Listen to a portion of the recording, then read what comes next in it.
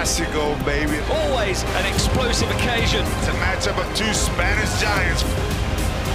Justin Dolman to win the game. He's hit! A major event on any sporting calendar. This is one of the biggest and best rivalries across the continent. The first Clasico of the season is upon us right now. What more could you want for a Friday night?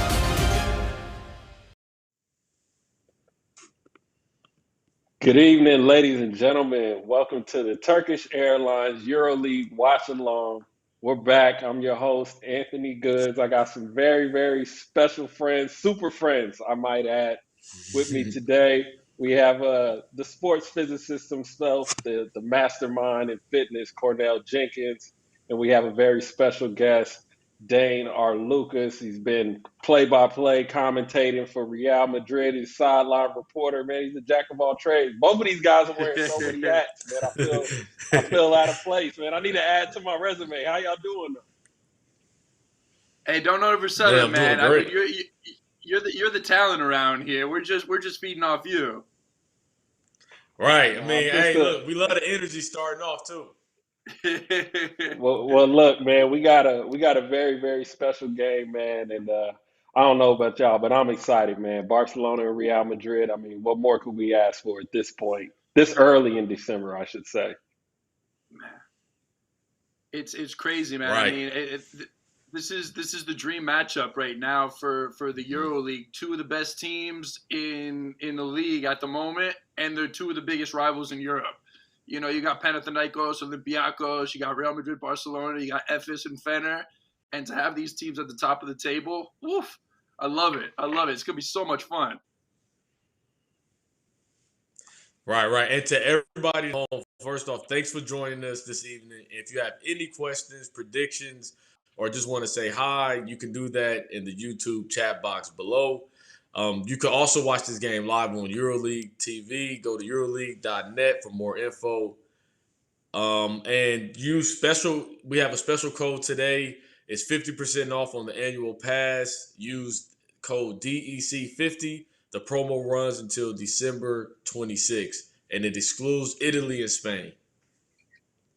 Man, that's crazy. We give them 50% off. You know what I mean? Usually when I was here by myself, it was 10% off, and now they're getting 50, man. Like, this is I can't believe it. What is it? December 10th, baby. man. This is a pre-Christmas. Man, that's an extended Black Friday sale if I've ever seen one. I get all my Christmas shopping done with that sort of deal. Yeah, I might have to buy some. I might have to buy one for my mom. Right, just hand them out on the street. Why not? But man, so last week, man, Barcelona came up with a huge win last week in overtime. If you guys weren't around, you guys can go back and watch it on demand on YouTube here with the watch along. But yeah, they were able to squeak one by, and Sertac Sanli was definitely the hero of that particular game. 24 points against his former team, and after the game, Barcelona posted this video from their locker room. Fellas, should be very proud of yourself, because in one game we beat Efes 3 times. Okay, we lost the other 2, but we beat them 3 times. We had control, then we have to understand that in most moments of control, discipline is crazy. We cannot foul, we cannot give for free. We gave a lot of free in the final last year. Still, we give a lot of character. Should be proud of us. Man, and on the Madrid side, they captured their 6th win in a row. Barely beating, which was a very competitive game, Tel Aviv by 2, 72-70 at home. Thomas Hurdle had 15 and Poirier had 11. And Yabusely came up clutch, added 15 and a game-winning basket, which was amazing. We actually have a clip to show you guys, by the way, courtesy of my main man, Dane.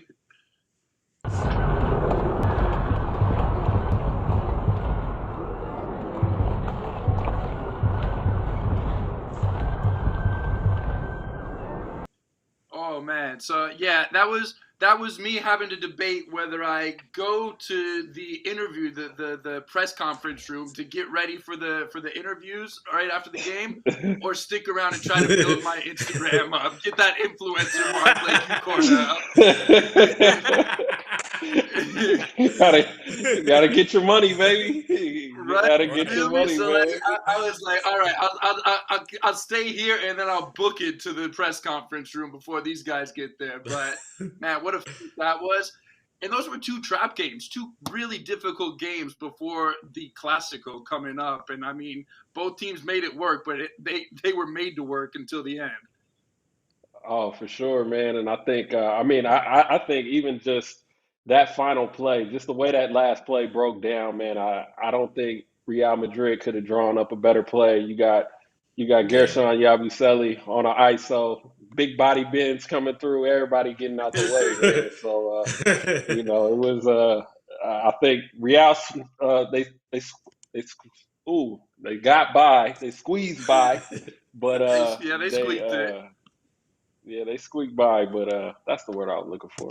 They squeaked by, and I think Yabusely. I'm a big Yabusely fan, man. So I think that anytime he gets the ball, especially end of the game, just get out the way, man. Just get out the way. I feel like if you took Eddie Tavares and like shrunk him down a little bit, I think that's when you get Yabusely. You know what I mean? He can play, man, and he just pushes people around. He's got that big body on him, man. He just does whatever he wants. He gets to the basket when he wants. And I asked Pablo Lasso after the game, I was like, hey, did you know you were going to Yabusely? He was like, yeah. And to have that sort of confidence in a guy who's a first-year player on your team, amazing.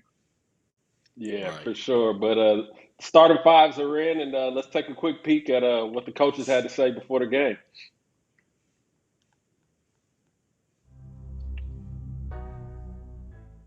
Well, a Clasico is a big game, for sure. And it's something that we understand and we learn since we're like this. Barcelona, Real Madrid, Barcelona is a big game. I think that it makes it special that both teams are leading the standings.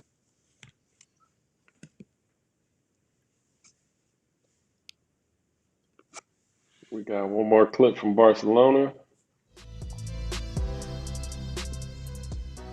It's always difficult, with Madrid. They have size, they guard pick and roll very good, they control the paint very good with Tavares and Poirier. A lot of these big games are decided in easy points. So for me, the most important, fast break points, the rebounding, everything that would give them a lot of confidence. All right, fellas, now's the most important time of the evening. I need predictions on the record.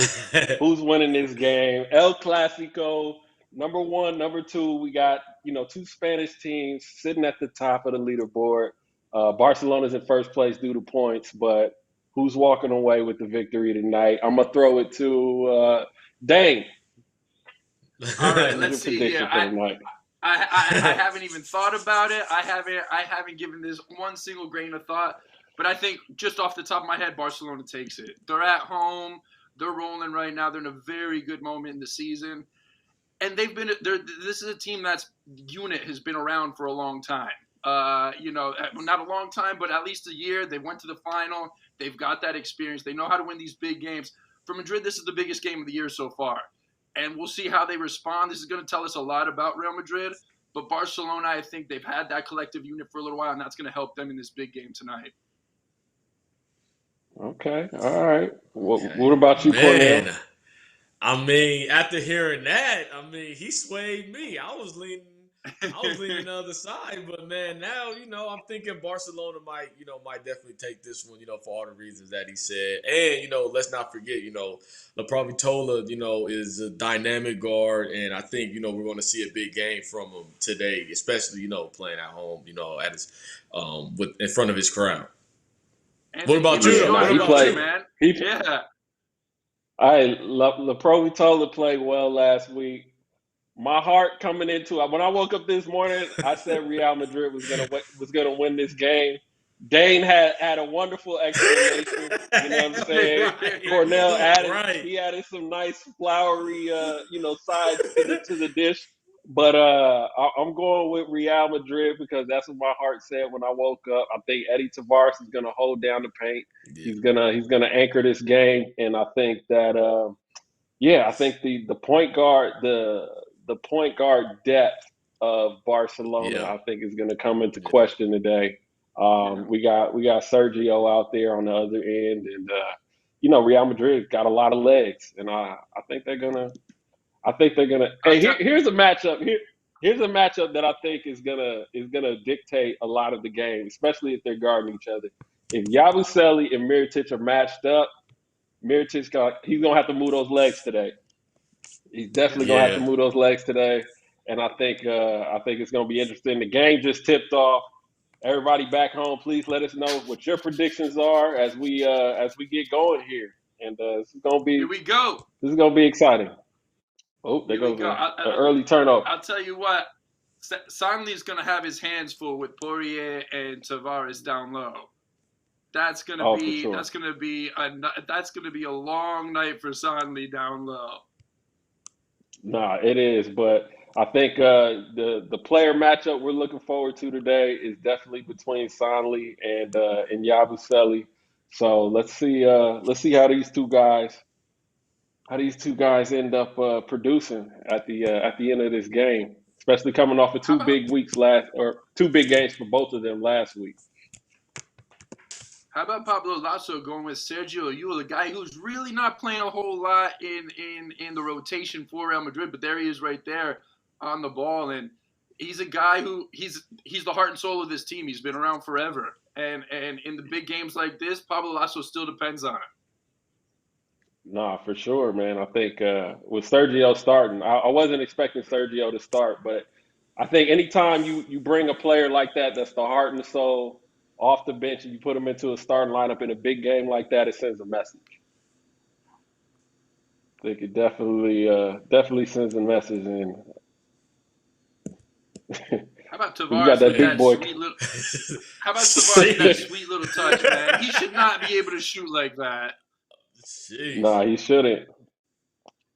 And you got Tavares running off of that screen right there. That's he chasing somebody off the screen. That's not a screen I want to be setting. The grown man. Ooh, the lefty. Hot start. Who's been the center of it all, man? Man, nah, indeed. It looked like my left hand, huh, Cornell?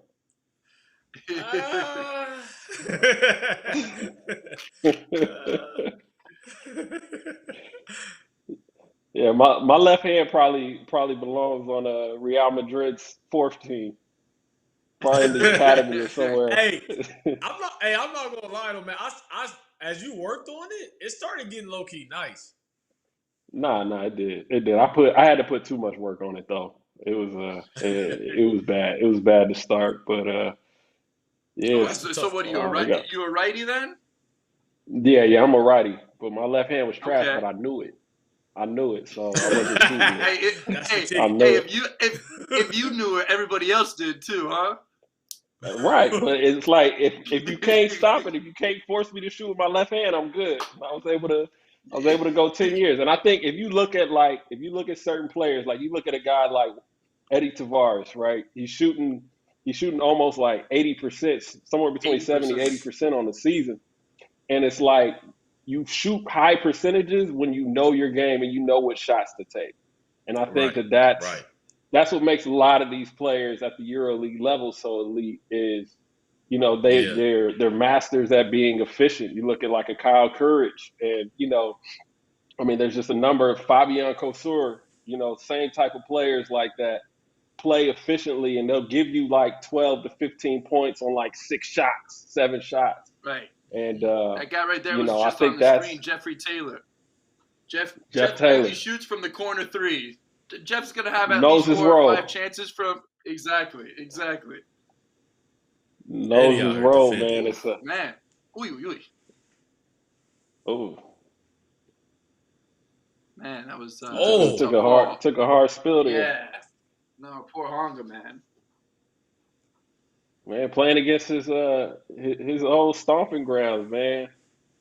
That looked Got to like some be friendly fire, though. That looked like Eddie Tavares got him and sent him to the ground. yeah, it Hey, might have been. that's how you ran through that screen too. Nah, for sure, man. And everybody back home, please don't forget to leave your comments in the YouTube section. We're gonna get to all your comments, your questions, your concerns, anything for either one of us. We'll get to them as the game goes on. It looks like we have a Olympiacos fan already in the chat. Olympiacos fan has entered the chat when they say Olympiacos has already won the title. Man, we got a lot of basketball left this year, but all right, Olympiacos already won it. Confidence is never lacking in the red side of Athens. No, definitely not. Definitely not. But man, Barcelona's yet to get on the board here. Was that a shot or a pass? No. Eddie thought it was a pass, but I think he had it going right from the start. Was that Honga? Honga dropped that in? Yeah. Honga dropped that in. I think he thought live, and then last second he's like, "Let me just let this go towards the basket," and it went in. Anthony, if Sonley can start hitting shots from downtown, that's going to really change the game because that pulls Tavares out. For sure. And I think if he hits a couple, now you're going to have to take Tavares out of the game. Right. Yeah. Think about it. And that's going to be huge because I think, Real Madrid has been playing bully ball this whole season with Yabusely and Tavares down low. And I think that, and like as you see Mirotic stretching Tavares out, Woo. Yeah. Man, that first step. He's just a hooper, man. He's just he can ball. Indeed. He knows exactly the play to make, and when everybody's on him, Honga. Okay. There you go. Honga walked him down. I wasn't expecting that out of him. I haven't seen that side of him in a while, man. He can hit that. Madrid is notorious this year for going and starting hot out of the first quarter. I've seen a few 30-point first quarters from them at the Wizzing Center. I don't think Barcelona is going to give up that much in this opening 10 minutes, but Madrid love to start hot and they get rolling soon. Man, Mirotic's first step is deceptive today. He's always been able to move for a four, but it looked like he got his sleep last night because he out there moving on these guys. He went to bed early last night. He got those 8 hours plus. Okay, we got Tavares with 2 fouls. I'll tell you who's not getting sleep. That's woof. Yeah. Tavares with 2 fouls. You couldn't have gone more to game plan for Barcelona if you tried in this opening 4 minutes. Right. I get they're down 9-2, but they'll take that if Tavares is on the bench with 2 fouls. Yeah. Yo, so Cornell, I got a question. So in regards to, let's just say like big men, obviously big men usually have bigger feet. What role does that play in, foot speed and things of that nature? Like how do you train, let's say like a bigger guy to get quicker as opposed to like a guard? Do you make any adjustments at all or is it all the same? I think it comes down to more coordination. Ideally it's the same, right? Because it's the same body. But I think, smaller guys get used to moving a certain way as opposed to a big man who, let's say like Tavares per se, who's been bigger than everybody pretty much probably his whole life. And he may not work on it as much until later on in life. You know what I mean? Versus somebody who might be a little bit smaller, they just shot up, had a growth spurt. You know what I mean? Right. But ideally, it's the same thing. It just really comes down to the work, from my experience. That's actually a good question, too.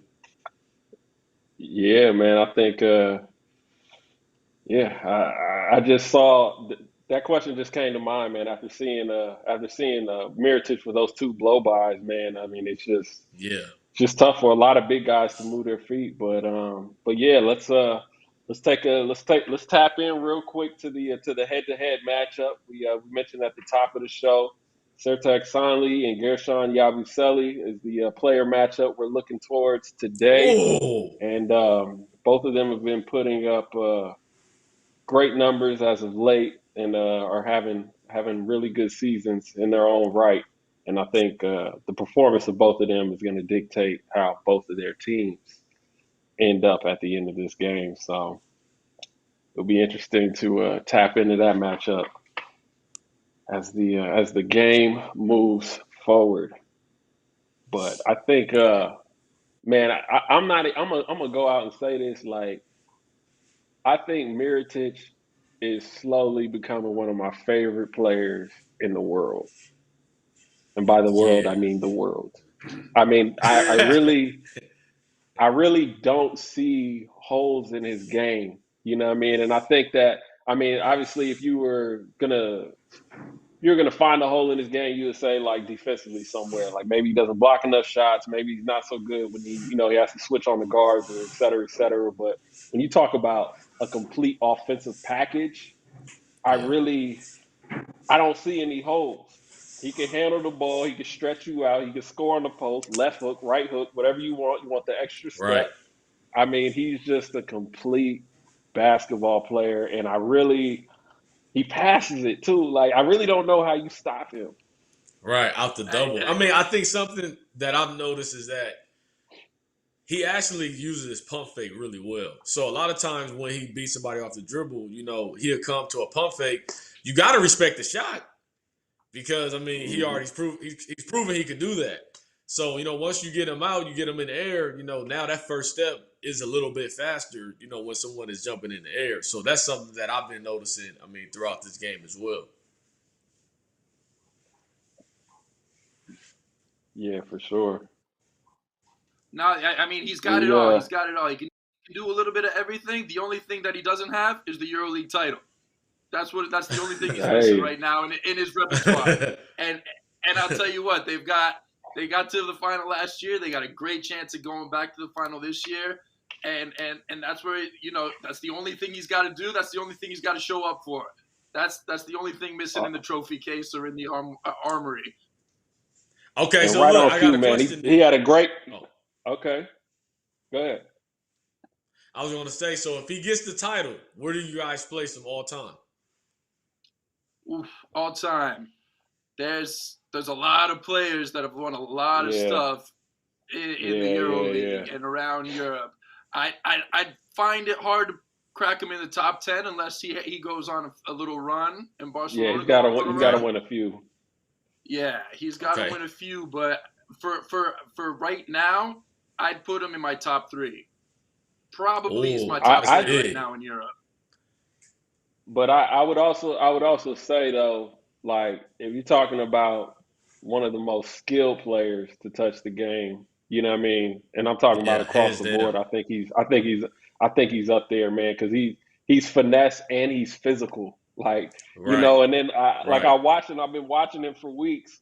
Like he hedges and he's sprinting back. Like he's playing both right, sides and he's still giving you 20 Yeah. something points. You know what I mean? There's just right. so many little Efficiently. effort things that I see. Yeah, there's so many little effort Yeah. things that I see, man. It's just like with Mirotic, like I just get more and more respect for him. I get more and more respect for him each time I watch him, and he's definitely a pleasure to watch. But real quick, the YouTube comments are coming in. We got Youssef Dalil. Forgive me if I murdered that name. It's a Barcelona fan, Forza Barca. We got Faze78 says Anthony Good Cholet. I got some Cholet love in here. Appreciate that, Faze. All right. Uh, and now we got Clara Isabel's Real Madrid, and somebody else is a Real Madrid fan. So Spain is definitely in the building. They're in in the But the building. building.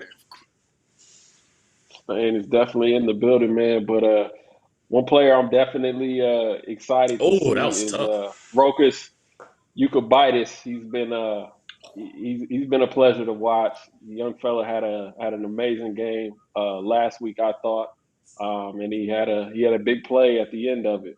But we got a clip Make from him play defense on the other side. That's Rokas. twice that he gave up the rock. Yabusely and one. That was nice. And he is a big body driving from the perimeter to draw the foul from Williams Goss. The question is, who's that foul on? Are they going to give it? No, that's going to be on Williams Goss. That boy, went down. Man, he's a hooper, man. He's 21 years old, I think. I've been watching him since he was, yay high, 18 years old at Zalgiris. And you could see the talent from an early age, and ever since then, he's just been skyrocketing. I think Kalitis being on the bench is going to just propel him into the spotlight with Barcelona. And look at Mirotic. I mean, come on. How do you stop him? Oh, my God. Did you see the pump fake? The pump fake? Nah, it's pump fake, jab, and it's great defense. One dribble? It's great defense, right. But you're on that island, though. You're on that island. You're on that. Yeah, you're on that island, man. But yeah, no, I love going back to Yabusely, man. One thing I love about him is he is fearless. Last week against Efes, he didn't care that it was Micic or it was Shane Larkin. He didn't care who was down there. He didn't care if it was Brian Dunstan on the other side of that pick and roll. He was at their neck. And my man Fabian, man, he's so efficient. Fabian's gonna have like 12 points, by his 6 shots for sure. I tell you, Fabian, man, pretty. That's a nice floor. Mr. Efficient. Oh yeah. He's a new daddy too. He just had a baby like a month ago. Congrats to him. So congrats to him, and congrats on him getting some sleep and still playing like he's playing, because I know that's that can't be a quiet household right now. Oh no, for sure. For sure it isn't. For sure it isn't. That's when you gotta pay your wife overtime. On game days at least. And I want to talk about so Dante Exum just signed with the squad over this past week, and he's on the team with Barcelona, getting some action today. Obviously he just scored not too long ago, but I really think it's such a hard transition going from playing in the NBA and coming to Europe. Completely different styles, completely different rules. Yeah. And many NBA players or even European players that have gone there, or NBA players that have come to Europe, vice versa, have all said scoring in Europe is way harder than it is in the NBA. And I think that it's something that, we see time and time again. So I'm interested to see how Dante adjusts to this style of play. And shoot, what bigger game to get your feet wet in than the Clasico? Right. I got a question for you, Anthony. It's like, because I'm not sure if you have joined a team in the middle of a season, or if you did back when you were playing. How tough does that have to be to kind of incorporate yourself into, the system, the plays, the philosophy? Yeah, it's tough, man. I mean, first of all, you're learning a new playbook on the fly, and you feel that pressure to learn it as fast as possible because you don't want to hinder the team coming in, and then they got to shorten the playbook so we can only call 3 or 4 plays. But naturally that happens because, we're all human. No matter how much you study. So the playbook is one thing. And then the second thing is just getting the chemistry down with your teammates. You know what I mean? It's like you can watch these guys as much as you want on tape, but, you don't know which guys like to give the ball up, which guys, what bigs are great screeners. There's just so much to learn. But, at the end of the day, it's basketball. And, in these type of games, when it's your first game, it's always best to just keep it simple. I've definitely had some times where I came in the middle of the season and shot the ball 12 times because I just didn't care. I was getting my rocks off, you know what I mean? But, it just depends. It just depends on the situation and the team. Big game like this, though, you definitely want to play it safe. How about Mirotic? He hits 13 points in the first quarter and he goes to the bench. Cornell, I know these guys play a lot of games. Is this self-preservation kind of that the coaches take them out when they're on a roll? It's something that kind of drives me a little crazy in the EuroLeague because some guys rolling and then all of a sudden, boom, you're out and you don't come in until like 3 minutes into the second quarter. Yeah, I mean, I think you play the long game. Right. And fouls. You got to consider fouls as well. You want to make sure that, like you said, that he's fresh and that, you could be fresh but have, 3 fouls, and then now you kind of playing a little bit more timid. So, I'll take him out when he's on a hot streak, that way, he gets his rest and, we preserve him, like Ant said, we play the long game. Yeah, but let's go back to the little slight fadeaway pump fake, Mirotic Island. Look at the show the footwork. Give it to the big man. Oh my God. Oh in my the goodness. post, and he goes on the God. He moves like a guard, man. 11 points. Perfect. Textbook, man. Tell you there's no holes in his game, man. His game can hold water all day long. He's just complete, man. He's super complete. Man, I like Exum getting out and defending, man. He's so long. Yeah. Look at his arm length. I mean, let me ask you something. He's covering ground. When you talk about the transition to playing in Europe, how physical is it? When you're transitioning playing in Europe. Yeah, it's way more physical. I think, especially as a guard, like the contact on the body is something that you're not used to.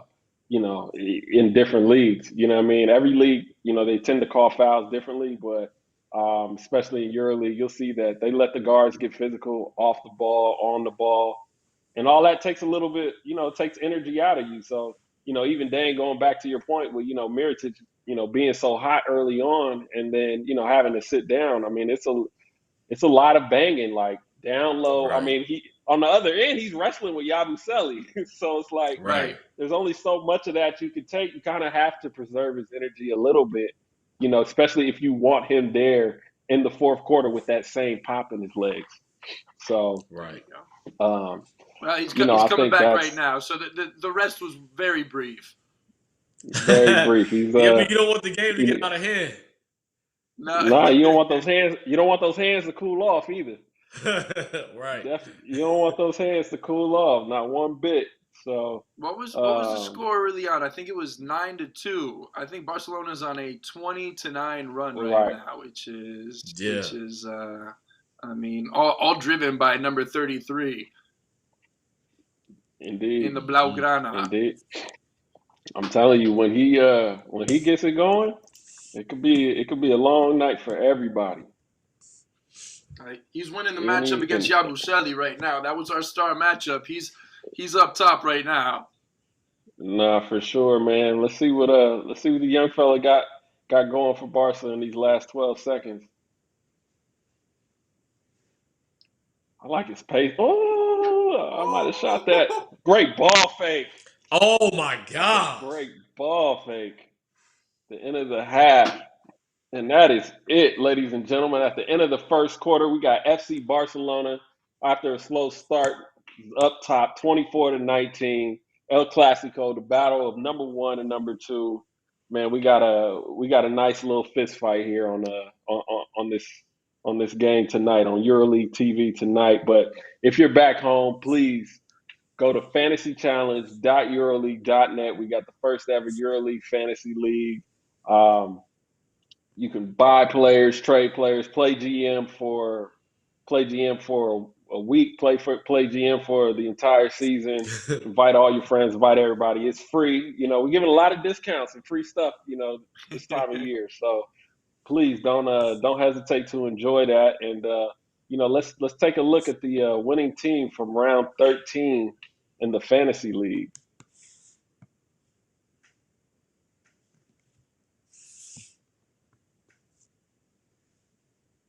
Sasha Vezenkov, Mike James with a big game. Achille Pollinara, my dog. Yabusely, and I can't read the last name. I think is that Beaubois? No, that's not Boubois. I'm No. having trouble reading the last name, but that's a heck of a lineup right there for round 13. If you have you got a squad like that in the fantasy league, I don't think you're losing too many games, Hey, man. I got two of them in my starting five. I got Polonara and I got Yabusely in my starting five. Oh, that's a cheat code, man. You're not playing fair. Right?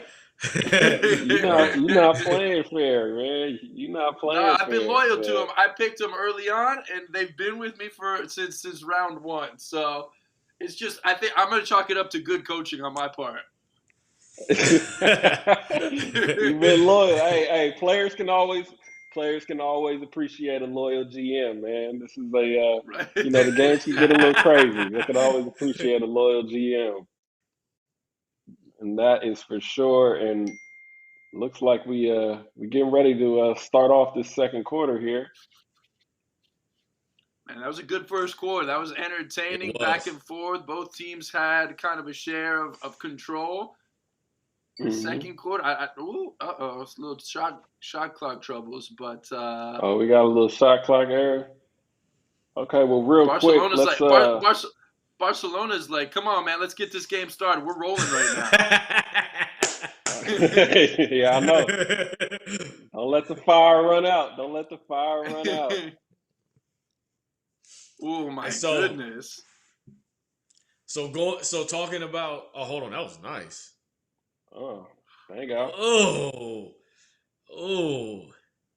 So I'm not sure if you guys heard or have seen the tweet by Sergio Llull. He basically tweeted about the return of Anthony Randolph. And we actually have a graphic of it right now. Randolph's making his return, and This block was amazing. he made one of the craziest blocks that I've ever seen. Which is pretty. From where he came and took off. Yeah. Hey, if Yeah, I'm Randolph, if I'm Randolph, I'm like, where was everybody else on defense? I just made this sick block and they still scored. What are you guys doing? I mean, but just the fact that he jumped, a lot of people wouldn't jump for that. Right. A lot of people would jump for that. So that right there was courageous by itself. But I mean, it's good. It's good to see him back, especially. Dorsey cocked that back, and he was ready to put that thing on his home screen of his iPhone right there. Hanging up in his room on the wall. Right? There's no more posterizing. It's all about the iPhone right there, the home screen. And I don't think people really understand how athletic Joey Dorsey. I don't know if he is, but was. You know what I mean? Man, Joey was. Man, he was a heck of an athlete. So, hats off to Anthony Randolph, and it's great. It's great that he's back with the team, man. He's been with Real forever. That's a big Indeed, addition right there. And how, that's got to be one of the Cornell. What Achilles injury, is that one of the hardest to come back from? It's tough. I mean, those used to be career-ending injuries. I mean, now you could come back from them. Especially with the technology and the different rehab systems that they have in place. But, I'm definitely curious to see how he bounces back. He's athletic, so I want to see, how his game changes or if it changes, right? I think that's one thing that we want to pay attention to, but it's definitely good to see him back, to say the least. Anthony, in your experience, what kind of, I'm sure you probably have players that have torn their Achilles. Mm-hmm. How have their games changed, based on what you've seen? Man, honestly, and I hate to say this, but and guys that I've seen, come back from Achilles injuries, it's almost like they're playing on thin ice, physically. That's what it looks like. I've seen a lot of guys that have torn Achilles and used to be great ball handlers, used to dance with the ball, and then their game becomes a lot more simple. Or if they used to be that athlete, coming off of those injuries, they play a little bit more below the rim. I think it's always one of those things. Like anytime you have an injury, it never leaves your memory. And you got a year of rehab to implant it in your memory. So I think it's just tough, man. Like, and I think the great players that do end up coming back from it, they find ways to adjust their game, and they don't, you know, they don't push themselves beyond their limits, you know. And I think that Right. that's going to be, you know, extremely important. But I mean, he's had such a long time to rehab and come back, so I'm sure he's kind of figured out what his new game is going to look like. And I'm excited to see, you know, I'm excited to see how his game has changed. You know, regardless if he loses athleticism, I mean, his arms are longer than all day, so he's gonna be all right. Right. His jumper isn't going to be affected. He's always going to have that sweet stroke. So for sure. Right. For sure. And speaking the jumper, of the handle. I'll tell you one thing I'm just glad to see is Randolph on that tweet with Sergio Giui smiling. I've talked to him for after some games, like after some huge wins, and he just comes back. He's so stoic. He's just serious all the time, all business all the time. And I'm like, man, come on, you just won. Give me a smile or something. So good to see him back. Good to see him smiling. Nah, that's a fact. That's definitely a fact. And speaking of playing above the rim, let's take a look at this Real Madrid. He nice it over, dunk. and Brandon Davies is going to throw it down. Speed Davies. Oh, Man, what about the dunk and then staying right there? Right. I know, and he dunked it and he stayed right there. He was right there, ready to press, trying to get the next tip. I mean, that just shows a lot of energy, man. And I think that's kind of what's the beauty of EuroLeague basketball is there's not so much of that celebrating and all that other stuff. It's like, we're here to get work done. You know what I mean? You make a great play. All right, let's make another one. And, you know, that's the beauty of these important games. But, I mean, we got Real Madrid down 7, man. I'm not even going to lie. My record and my predictions has not been good this year.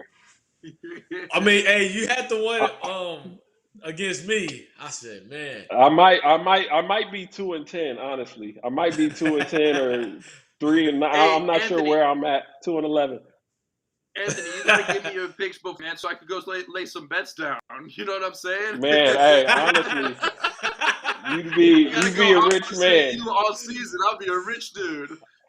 If anything, just tap into the Watchalong and see what I predict. If you wanna win some wagers against your friends, but Fabian Kosur just passed 2,000 points in his career, man.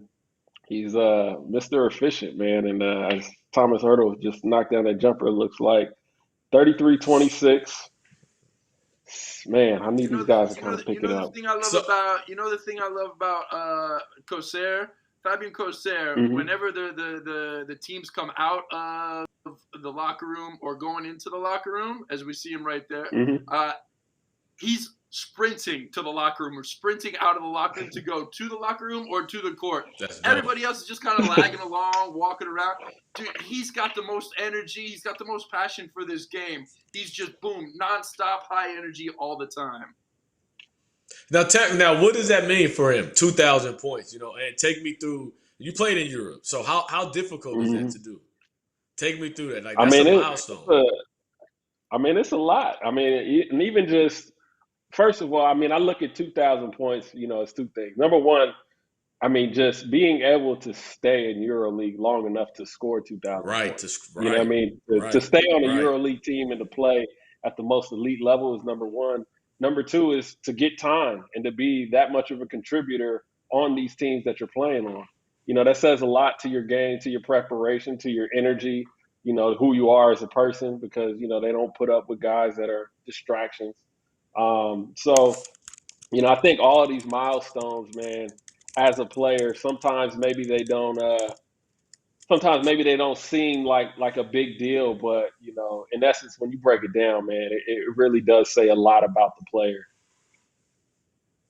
Right. D. Davies with the short jumper. I got myself in a little trouble asking J.C. Carroll about that when he got, I think, 2,000 or 3,000 points last year, and I asked him, I was like, hey, JC, what does 3,000 points mean to you other than you've been around for a long time? And he wasn't too happy with that. He was like, man, you calling me old?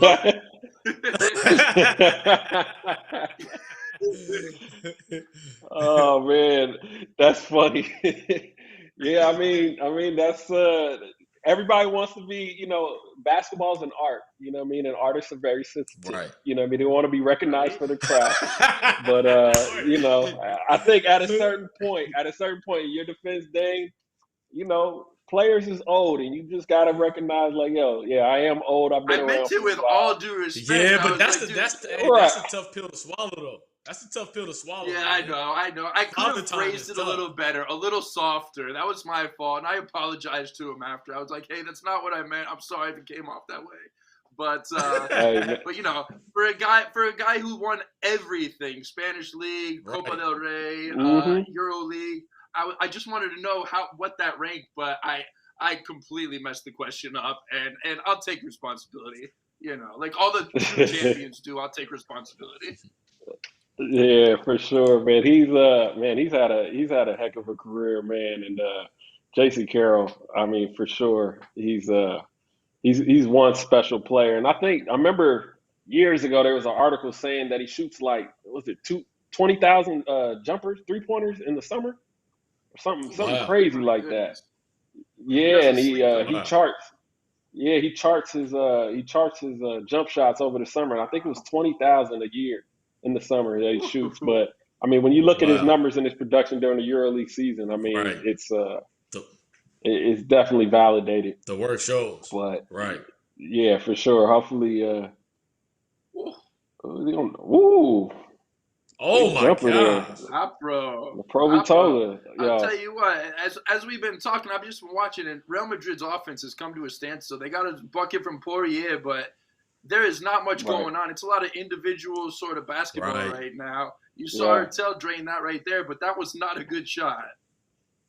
yeah. Right. Nah, I mean, I think that that's kind of the point where you're missing like Tavares. You know what I mean, to hold things down in the paint, because when Tavares is rolling down the rim, you got to get there early and you got to get a bump on him, and Yeah. that defense is sucking in, so you're not going to get those easy attempts, that you're used to, and Barcelona can kind of stay home and make these guys take individual shots because they don't have to worry about big Tavares coming down as he's out there right now. But I think with Eddie Tavares back in the game now, we're gonna hopefully see a nice offensive Loose. push from Real.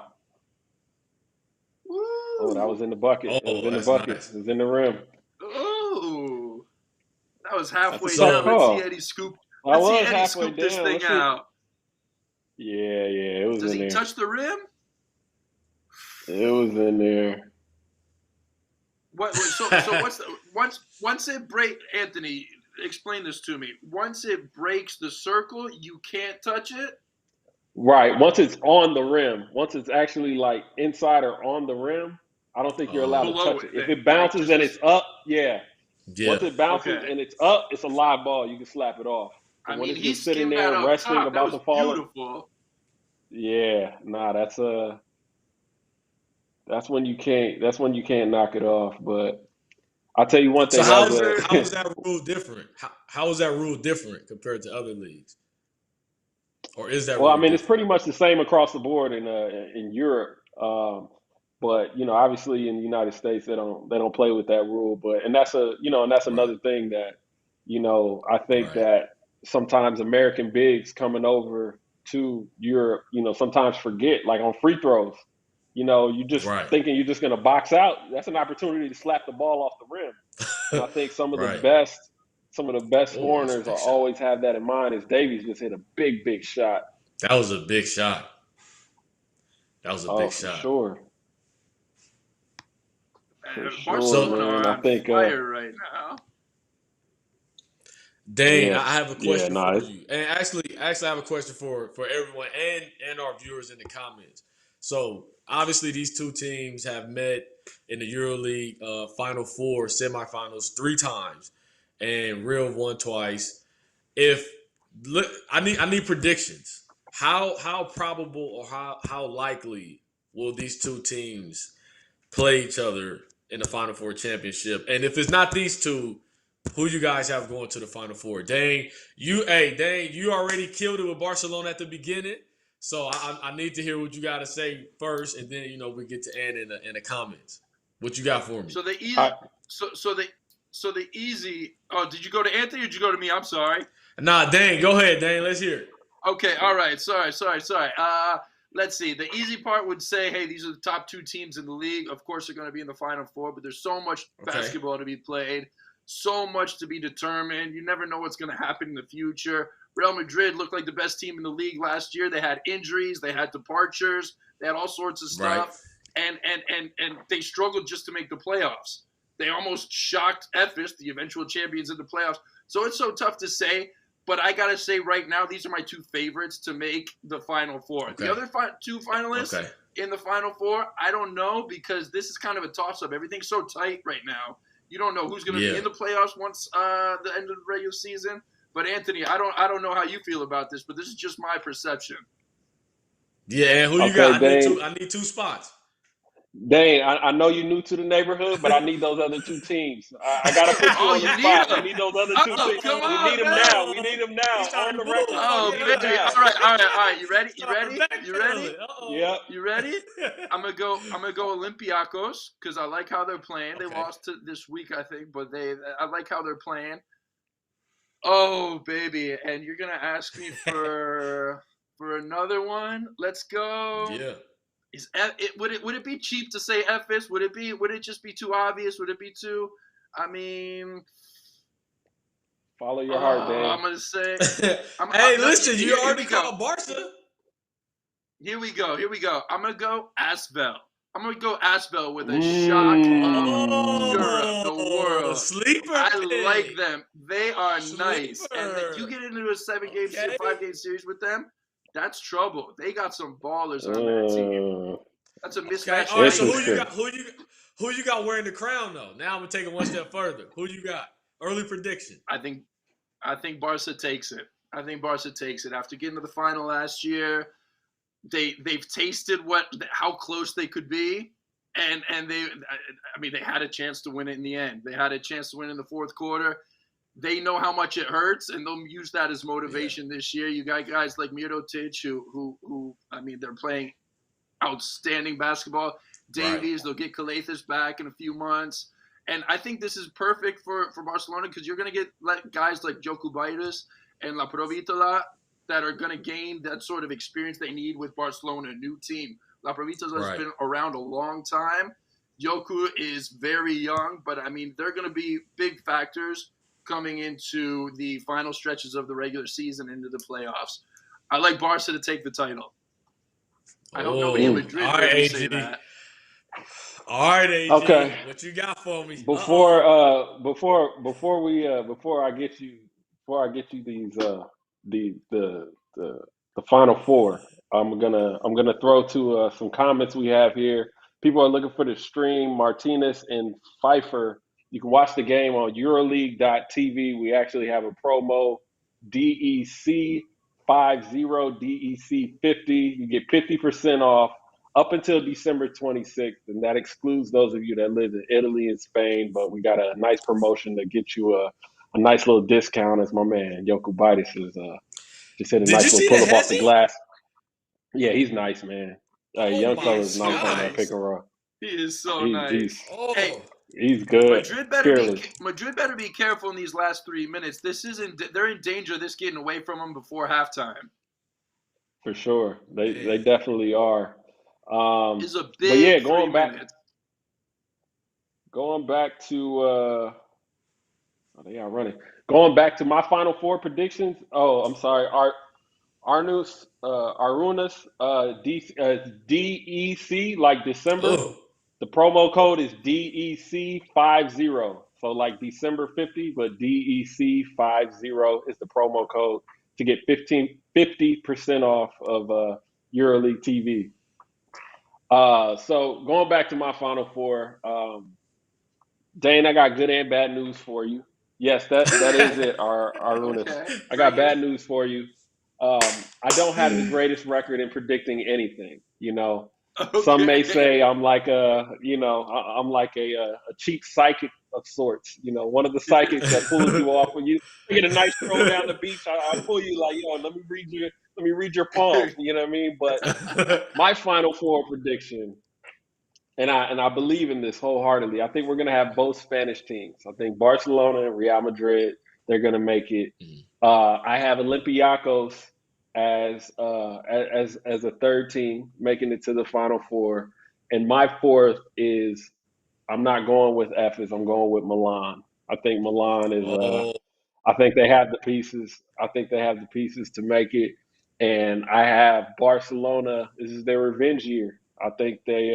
And I was saying it last week on the Watchalong. With Calathes out, this is the perfect time for the backup point guards to get very useful experience. And and I think that makes Barca's team that much deeper. And that turns their team a lot into what Real Madrid is year in and year out, because all of their bench players get a lot of time and a lot of experience. So I see this as definitely being a revenge year for Barcelona.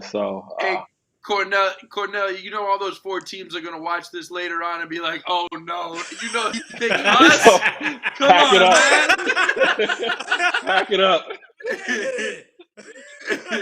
Asbel somewhere celebrating the championship right now.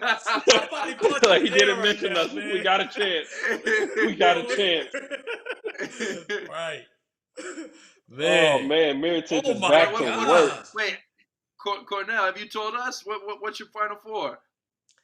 To be honest, I'm definitely in the ballpark.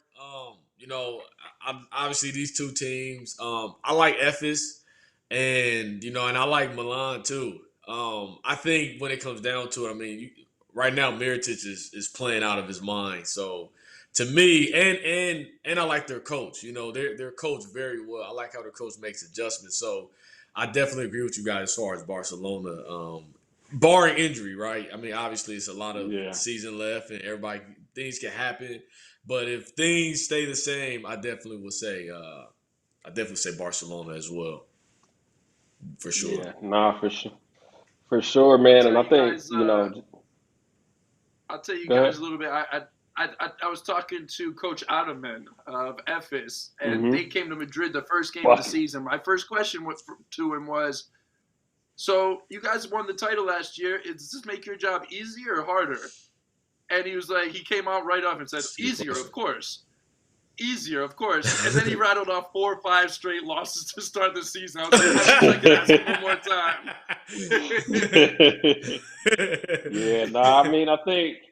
I think the beauty of that, of just having winning the title and bringing back. Oh, that's his 3rd foul. Oh, you don't want that. That's big. Yeah, that's his 3rd foul. He's trying to guard him out there. He's trying to guard him on the perimeter. That's tough, man. And then he's Mirotic is too crafty. Of course you wanna pressure and things of that nature, but that's like, you bringing a fish out of water. Like Tavares is not used to guarding on the perimeter. But that's a big blow for Real Madrid heading into 15? The second half, man. Mirotic has 15. He hasn't missed a shot. Man, it's about to be 17. Oh, never mind, 16. Goodness. But we got 1 minute and 9 seconds left, man. Barcelona 47-41. All right, it seemed like Barcelona has been dominating this game, and Madrid's only down by 6 right now with 1 minute left. That's they can go into halftime if this stays like this, content with how this scoreboard's going. Oh, for sure. If you can, anytime you can go be down and keep it like within 10 points, you still see daylight. You know what I mean? I don't think any lead is too big to overcome, especially when you have that much talent. But to be down 7 on the road with Tavares with 3 fouls, you're not in terrible shape. Right. They definitely got to get an easy bucket here. Both teams are shooting phenomenally from the 3-point line. Very high percentages. And I think that's kind of why, you have Madrid, creeping around. I think they're shooting like 64% from the 3 or something like that, which is pretty high. Yeah. Oh. No, for sure. Look at the 3-point shooting is huge. Oh, that's what he does, man. He's been around the block a few times. He knows what he's doing. We got 48 seconds. We got 48 seconds here. Look at this pressure defense. Right, Oh, okay. right.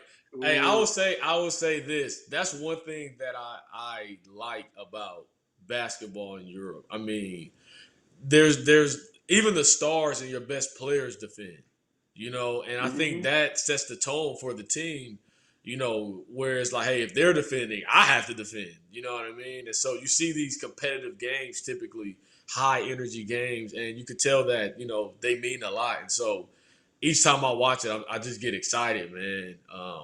And every game I watch has been great. Yeah, for sure, man. Madrid's These got to watch guys. out right now. Their tempers are starting to get the best of them right now. They maybe feel like there's some calls that haven't gone their way. Lasso just got a technical. This Yeah. is this 40 seconds. They need the halftime break right now. Right. Nah, you definitely want to get that, get back there and regroup. I think they're a little out of sorts. Offense hasn't been, even though they're shooting the ball well, Yeah. I don't think offense has been clicking like they want it.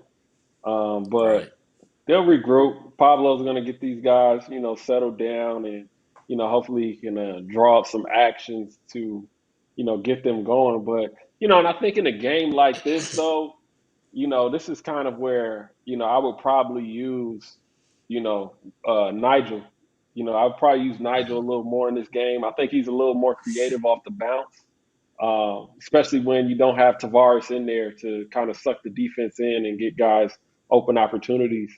I would probably use Nigel a little more. Now, But we'll see what Anthony, adjustments he makes. does Madrid need to get Yabusely into this game to try to make it a game in the second half? He's got 0 points. Yeah. Yeah, he also has two fouls, and you got Walter with three. So it's like Yeah. right now, play it safe. Okay, we can keep it around 10. We're in a little foul trouble. We got a debt to pay off, What but I as want to time know goes is, can on, Madrid win without Yabusely stepping up?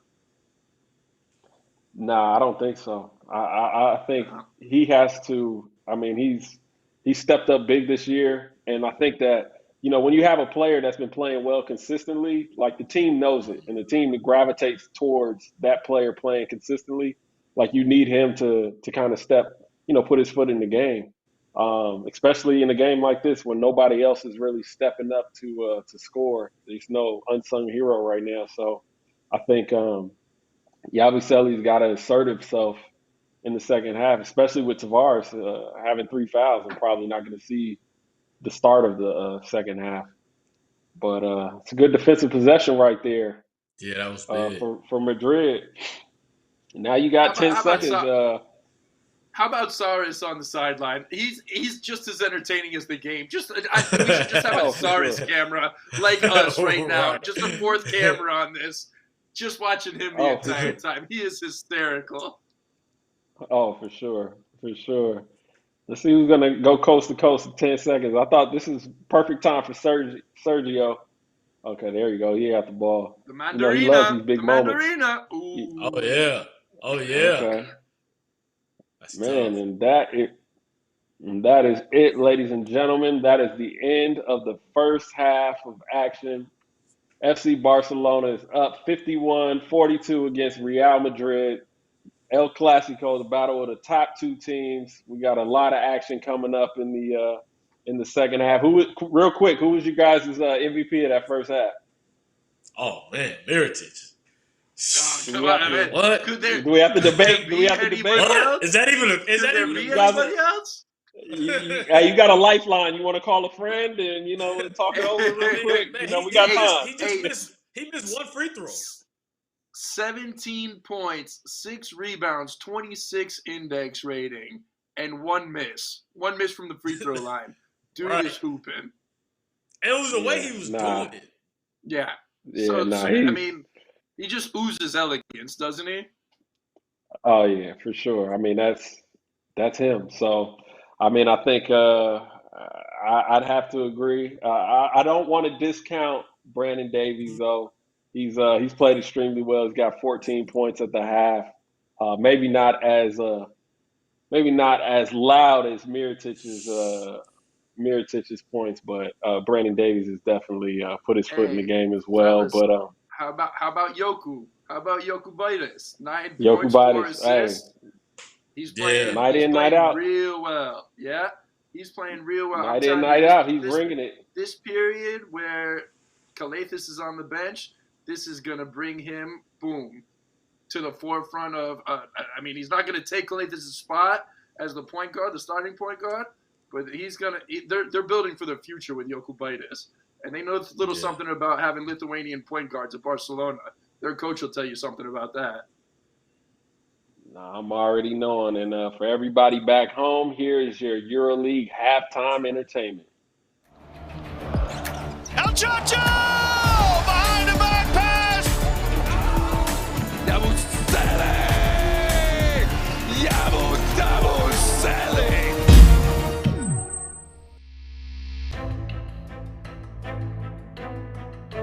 Savannah Zvezda are back home in Belgrade.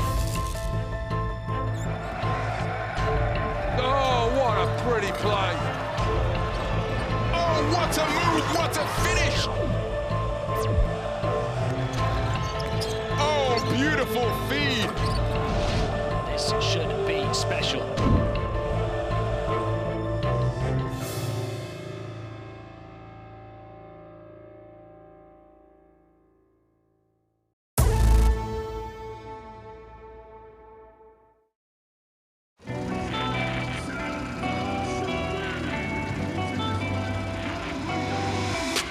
And Anadolu FS, with the win, will book their place in the Turkish Airlines EuroLeague Final Four.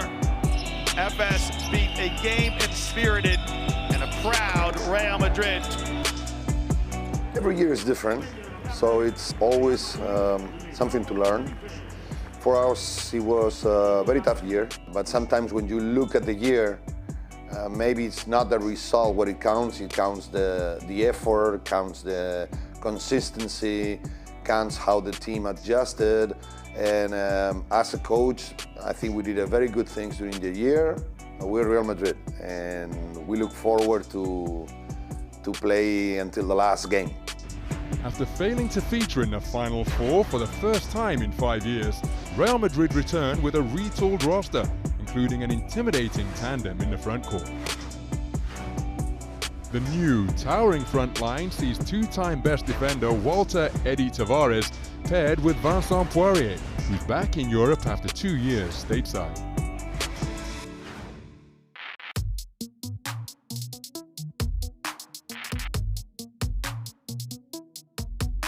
A lot of people talk about us, you know, but I think we stay humble and we stay ready in our mind. He's a great player. Sometimes great player have bad moments, and that's why we need to compete against each other and push each other to be better. So I think it's great to have somebody to push him and have somebody to push me every day to get better. I think Vince is one of the best centers in Europe, so me and him, we can do a lot of things together. We can help each other. So I think that's gonna make me get better, make me stay ready. We did a great point on bringing him at the end of last year, because I think his energy, he's gonna be great for us. He's gonna do a lot of things for us. For sure, he's gonna back up Eddie, but I think he's a guy that he can fit with him and even play together.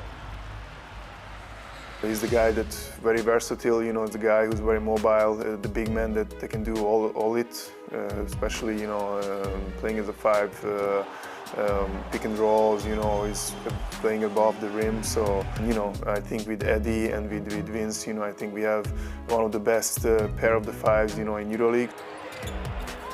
I think there is a lot of great team since I left. A lot of great players came in EuroLeague. So now every year I think nobody is sure to make the playoff or sure to be at the Final Four. For myself, I lost 2 times at the first round of the playoff. So I'm really excited to compete again and try to reach the Final Four with Madrid.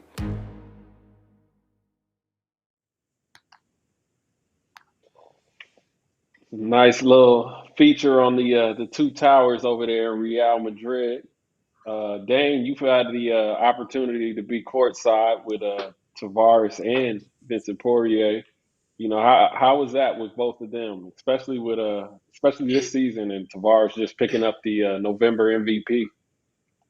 Well, it's a relentless attack for the opponents who have to play Real Madrid, because you would think, okay, you're Barcelona, for example. We got 3 fouls on Eddie Tavares in the first half. Great. We're doing great. What does that mean, though? Poirier comes in. Poirier the other day dragged down 17 rebounds against Sabina Zabez. I can't remember who it was, but he had a double-double and off the bench dragged down 17 rebounds. He was the man of the MVP. Hit 2 big free throws to seal the game late on. I think it was against Fenerbahce. And yeah, I mean, it's such a luxury for Pablo Lasso to have both those guys as an option. One of them starting, one of them off the bench. Poirier is a bench player, but he could be starting in each and every one of the other EuroLeague teams around the league. For sure. And then I think Tavares, I mean, as we alluded to earlier, I mean, he's shooting 79% from 79.7%. Let me not leave out the 0.7. From 2, leading the league. That's leading almost the 80. league, man. Yeah, it's almost 80, man. I mean, he's just obviously finishing everything in the paint. He's just a force. And, you know, we're not even speaking about all the shots that he changes on the defensive end. I feel like, you know, there's got to be a stat for that.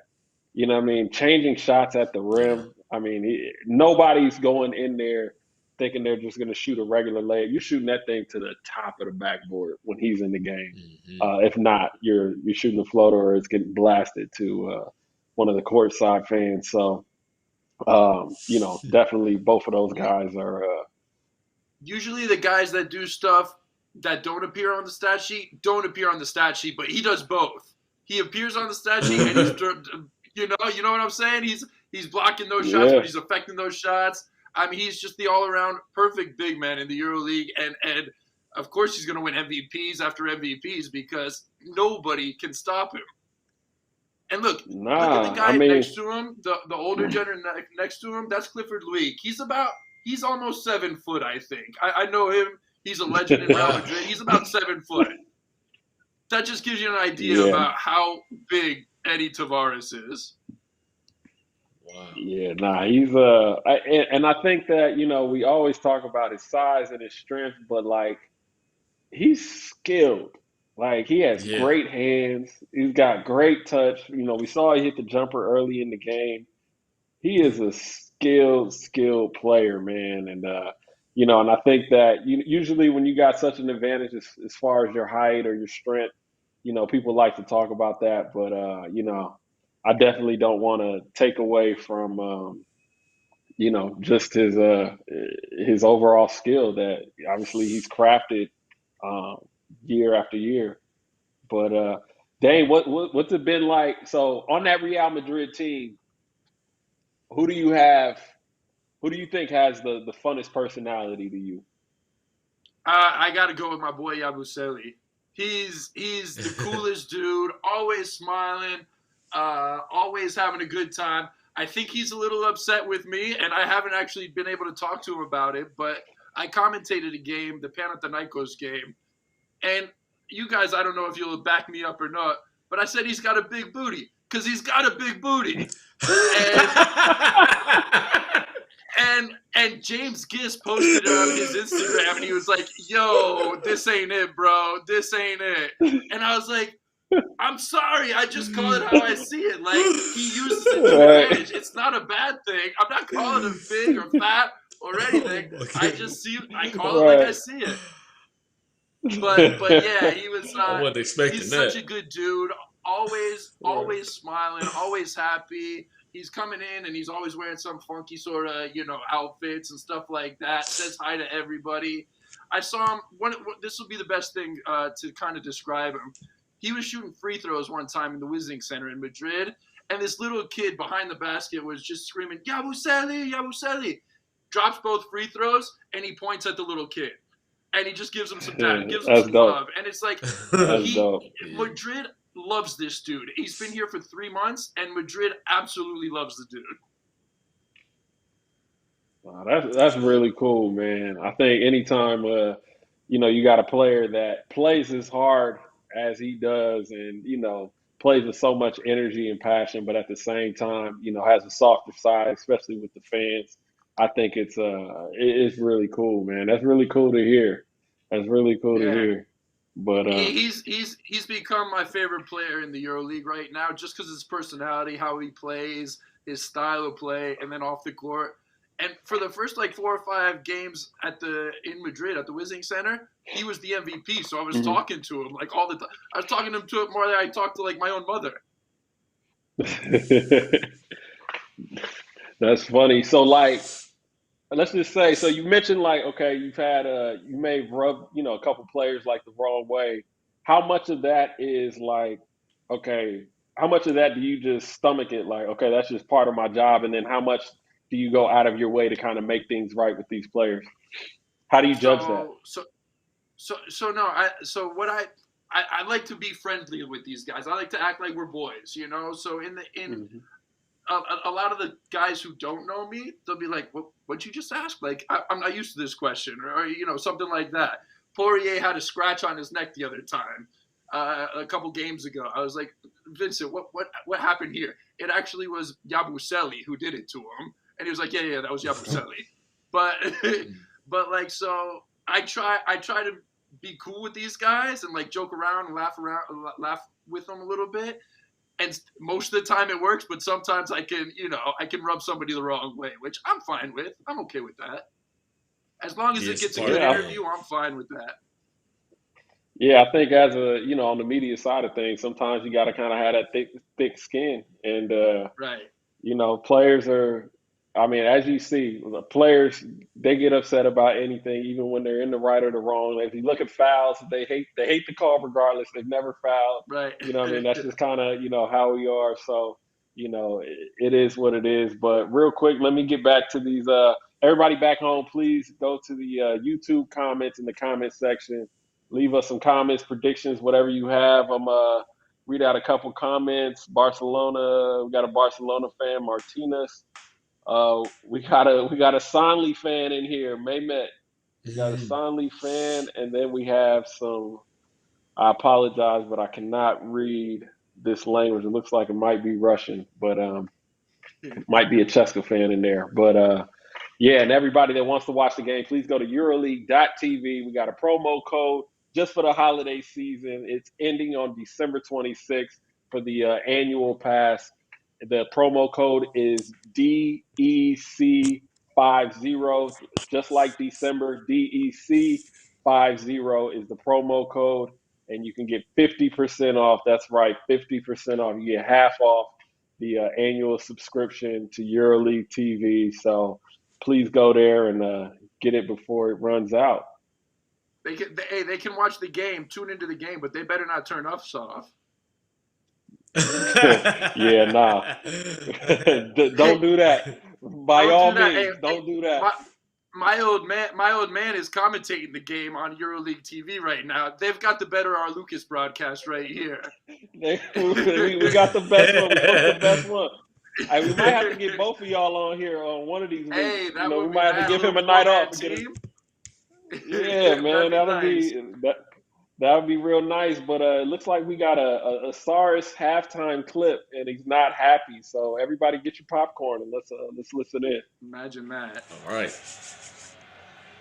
Coach, tell us about the things to improve in the second half. Maybe the turnovers. Well, details are killing us. Details is absolutely killing us. 9 points after offensive rebounds. I think 6 points in the fast break, and 7 points after bonus situation, especially going to the right hand. It's not a secret. And we need to understand those details. Offensively, when we move the ball, we're finding solutions. Let's hope we can continue hitting shots. Thanks a lot. And that's why I chose Barca right there. That's why. Sorry, ain't playing. You see the details? Not it's playing. Look, 9 points, dribbling to the right. I mean, it's just the small details, man. I think that's what makes champions. He's sure. just a student. He's a student of the game, but he's not only a student of the game. He's a genius of the game right now. He's past that echelon. And I love Cyrus because he'll never let you finish a question. He just butts right in and talks about what he wants to talk about. Like, yeah, that's cool, but look. I'm going to tell you what I'm thinking. Well, for sure. And the third quarter is underway, ladies and gentlemen. And if you guys are back home, then please tune in to both. Don't leave. Dane already gave you fair warning. Don't leave the stream, but you can watch the game too. You can do both at the same time. I got a question for you. What's up? So speaking of what you just said about SARS, how is that as a reporter? I mean, if you going in, you trying to hit your question across, and he's like, "Yeah, that's cool. I'm gonna let you finish, but here's what I really want to say." Like, how do you what do you do? The number one rule as being a sideline reporter is you don't want to give yes or no questions or give them an opportunity to say yes or no questions. So if he cuts you off because he's mad or happy or whatever, that's perfect. Just let him roll with it. Let him do his thing. Gotcha. Let him talk about whatever he wants to talk about as long as he wants to talk, because there's certain to be a headline in there somewhere. But what you don't want is them just cutting it short. That's why I love Pablo Lasso so much. I ask him one question, and he talks for 15 minutes. It makes my producer's job. It's a nightmare for my producer because he's got to chop down 15 minutes into about 20 seconds of a clip. But for me, it's great. Right. That's actually funny. And have you ever had any coaches like that? Messina for Milan came into Madrid one time, and so they had given up like 60 rebounds in an overtime game against Fener or something like that. And I went out and asked him. I was like, hey, you're going up against Tavares tonight, and you're going up against a big lineup. You guys just gave up 60 rebounds. And he goes, what did he tell me? He goes, I don't think this is your best question. I think you can do better. And this was pregame, so I just ended the interview, and I was like, all right, coach, sorry, I'll try to do better at halftime. He crushed me. Always coaches. Always right? coaching. Always coaching. Hey, fellas, that's a good question. I'm sorry, that's a good question. He was just a little touchy about it. Oh man.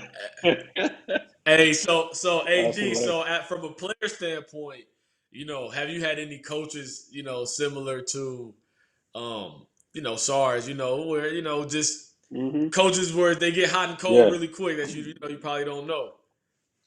Oh yeah, for sure. I mean, I think just playing in Europe, you're going to run into a handful of them, and it takes some getting used to with the and one. There we go.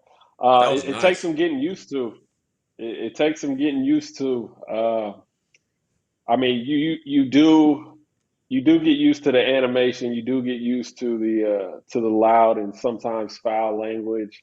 And I think at the end of the day, as a player, number one, as long as you respect what the coach is saying, and more times than not, they're yelling and they're mad because something did go wrong.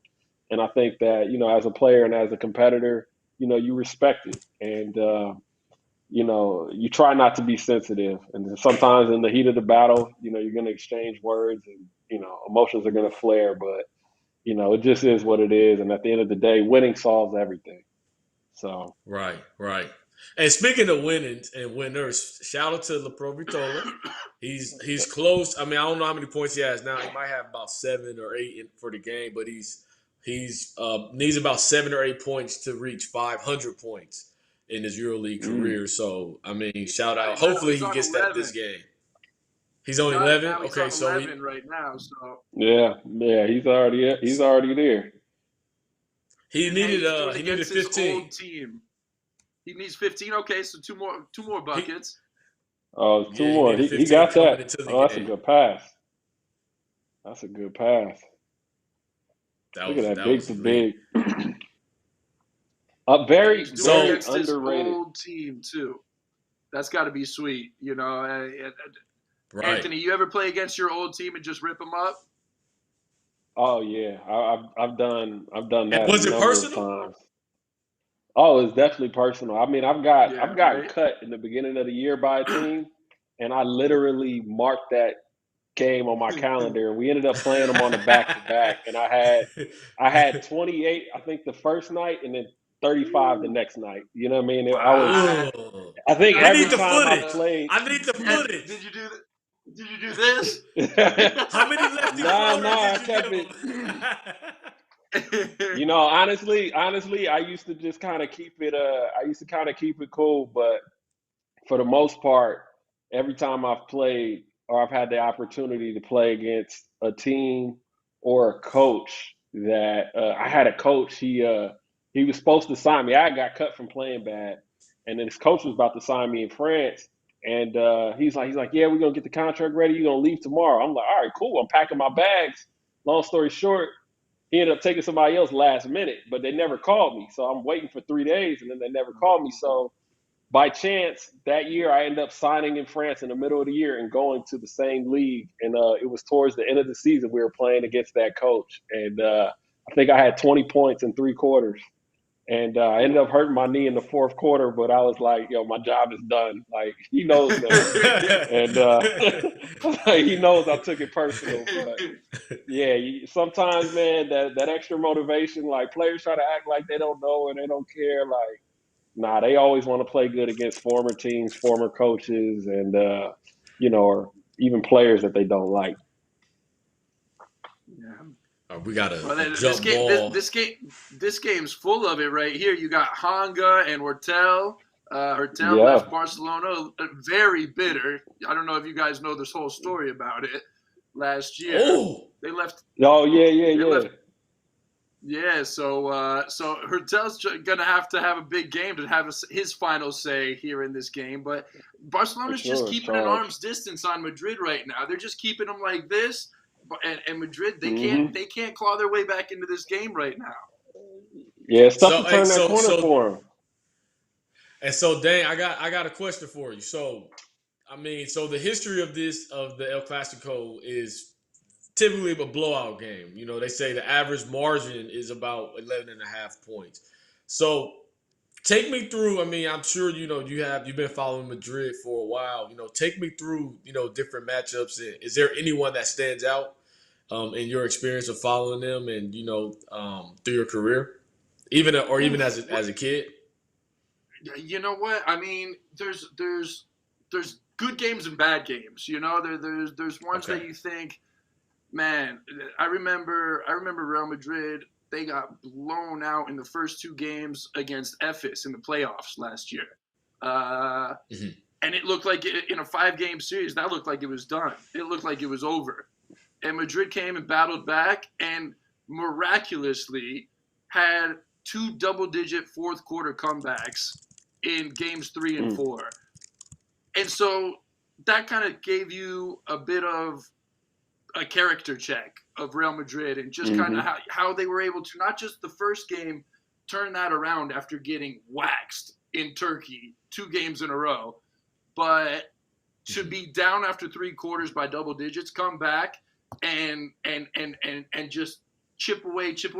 I was at the game. My old man was doing the game, and all of a sudden, we're 30 seconds left, and Real Madrid's winning, and we both looked at each other. We're like, how is this happening? We had no idea how Real Madrid was able to come back in such a quick time. They were just boom, boom, boom, boom.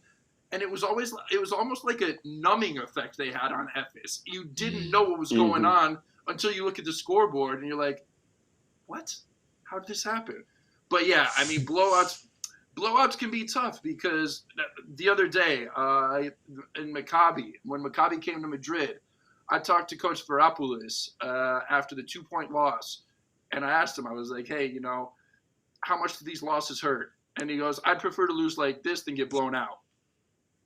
And I got it, but I got it, Anthony, but I had the same reaction you just did. Yeah. They're more heartbreaking that way. Yeah, they're more heartbreaking, but usually in a close loss, usually there's less mistakes that you have to correct as opposed to getting blown out. Usually when you're getting blown out, a lot of things are going wrong, and there's a lot of things you need to address to make sure that they don't become habits. And I think that's probably the angle that he was taking. And that was a great move. Oh, Watch Yabusely start to warm up. Oh, they called that? Watch Yabusely start to warm up. They calling for a chicken wing? Was that offensive? No, that was an or is A1. that a? Oh, okay. Barca Okay. does not want to see number 20. What is it? 32, 28. 28. They do not want to see 28. number 28 get hot. One thing I was about to say with Yabusely, and I mean, I don't know if he has too much, if he does too much of this, but he got a foul on Mirotic going back door, and I think as a player, one of the hardest things is to defend the back door, and you really have to rely on your strength because all that speed is coming downhill, and you have to slow them up a minute before you can change your speeds. But having somebody that big going back door is always a tough cover because your first instinct as a defender is to get contact, and he's running through that contact. I don't care who it is, right? So, if I was Pablo Lasso, I would have a lot more actions with him going back door because it's such a tough cover. Right. Hey, Dane. So how long have you been following EuroLeague? Oof, man. I guess I grew up with it. It's in my DNA. It's in my blood. Look at me right there. Oh, there he is. What a cute little kid. I don't know what happened to me over the last 25 years. But, hey. D-Finest Graham. Follow up, y'all. D-Finest. There you go. Click that blue button and give me a follow. Yeah, that's me with my own fam. They won the EuroLeague in Zaragoza over Olympiacos back in 1995. So, I mean, I was still going got to the practices. Oh, I got that scarf. That hat, I don't know where it could be right now. But, hey, that thing fell out of fashion like 20 years ago. But yeah, that was after the EuroLeague title in Zaragoza in 95. And, I'm going to toot my own horn here, or at least my dad's horn, but before that, I don't remember kids coming down to the court and like getting on the shoulders and whatever. I think I started that trend of bringing down their kids down there. I think everybody in the States was watching me and they're like, "Damn, that's a good-looking kid." We'll put him on. We'll follow that. You have it here, ladies and gentlemen. We got trendsetters. Yeah. So, what was it like though? What was it like being there? What was the energy like? I mean, do you remember the emotion?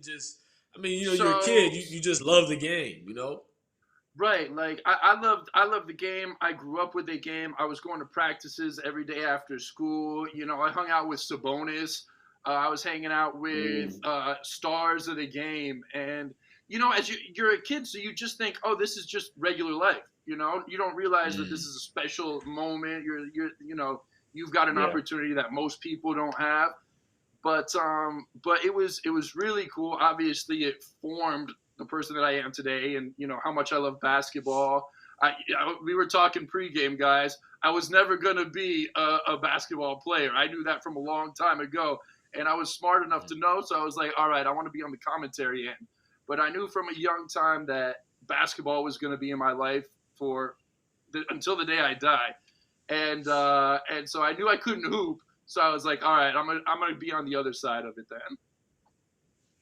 Man, that's so cool. Yeah, I know to be so close to such a big team, man. That's really cool, man. To see some of the biggest stars. I mean, it's obviously one of the most storied programs in basketball history. Man, that's a heck of an experience. Like, I mean, I'm sure you appreciated it a lot more now, but I'm sure even more so when you finally retire and you look back on everything from like the very beginning. I think it's going to be it's gonna be a really cool experience for you. I'll tell you guys a quick story. So Zeljko Obradović, the most historic coach in the EuroLeague. Nobody's won more than him. Nobody's done more than him. And nobody terrifies me more in the league than he does. So I was a little punk, just dribbling like, by between the legs, doing a little spider move as like, a 6-7-year-old kid. And it bounced off my foot and went right into the middle of practice. They had to like stop practice. Zeljko just picks up the ball and like a goalkeeper in Spain, just kicks it to the top row of the stadium. And I just went, I just ran away. I was like, no way, I'm not dealing with this right now.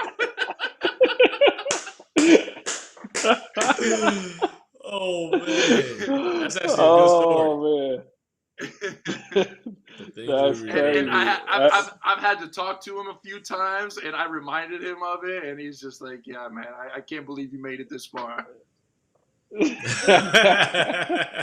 that says a lot about you, man. And like Anthony said earlier, being a reporter, you gotta have thick skin. What other skills, and maybe both of you guys, because you're on the media side as well.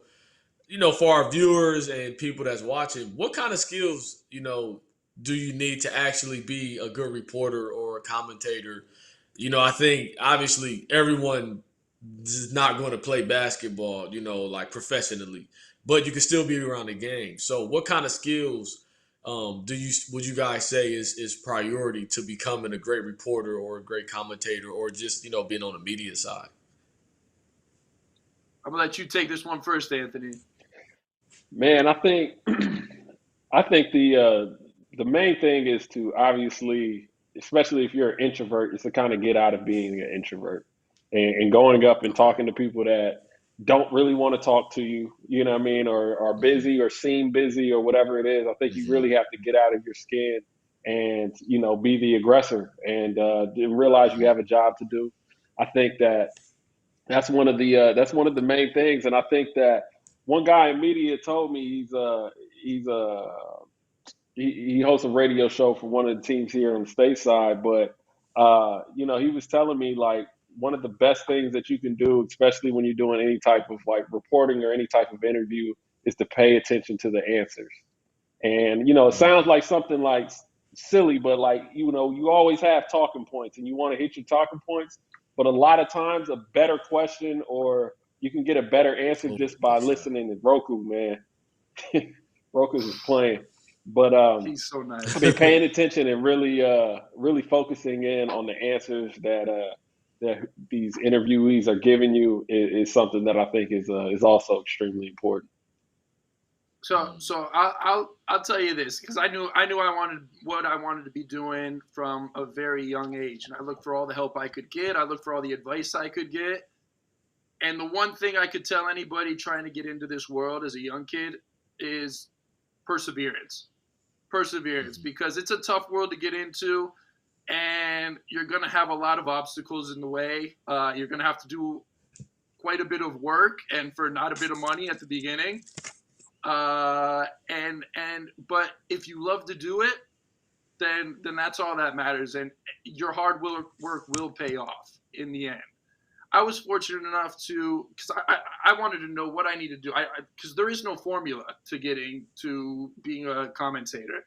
There's no secret formula. You don't need to study this or that or that. It's just experience. How much you've been in the game, but how much you've been able to do what you want to do with the game. So I was a commentator in my sophomore year of college. I started commentating the women's basketball team at College of Charleston. I traveled with them. I was on the road with them. That turned into softball and soccer and other things like that. And then I started working with the professional, the third division soccer team in Charleston, South Carolina. I came over to Europe. I started doing stuff with the EuroLeague, stuff with La Liga. And so that was like a 15-year journey that summed up in about a 12-second little synopsis. But you gotta have a lot of thick skin, like you said, but you gotta be, take things as they go and let things slide off your back a little bit when things aren't going right for you. And just know that if you stick with it, then you can actually make something of this world of media and sports media. And hey, I'm glad I stuck around, because look what we're doing now. You know, we're watching a game and we're talking about it. Right. That's I mean, a speaking fact. of that, I mean, it seems like Real Madrid is making a slight run. I mean, you cut it to 9 slight with, push. you know, I Got mean, 10 seconds big left. possession Got right 10 here. Big possession right here to end it's the a third huge quarter. possession, man. I mean, the 2 drives, I mean, the N1, Trey ball. this is a big shot right here. Ooh. Oh, that would have been huge, though. That would have been big. Hey, just missed that's not it. the shot they wanted So to end the third quarter, though. Poirier taking that 3, that ain't the shot they drew up. Nah, definitely not. But we got a 9-point game heading into the fourth quarter as we go into this third quarter break. Barcelona is up 67 to Real Madrid's 58. It's looking like Real Madrid's going to have to step on the gas here heading into the fourth quarter, but that remains to be seen. Everybody back home, please keep your comments going. I apologize for not being able to read these languages that I see, but I appreciate the love from Montes, Johnny Bravo, Arunas, everybody, man. Thanks for stopping by and showing us some love.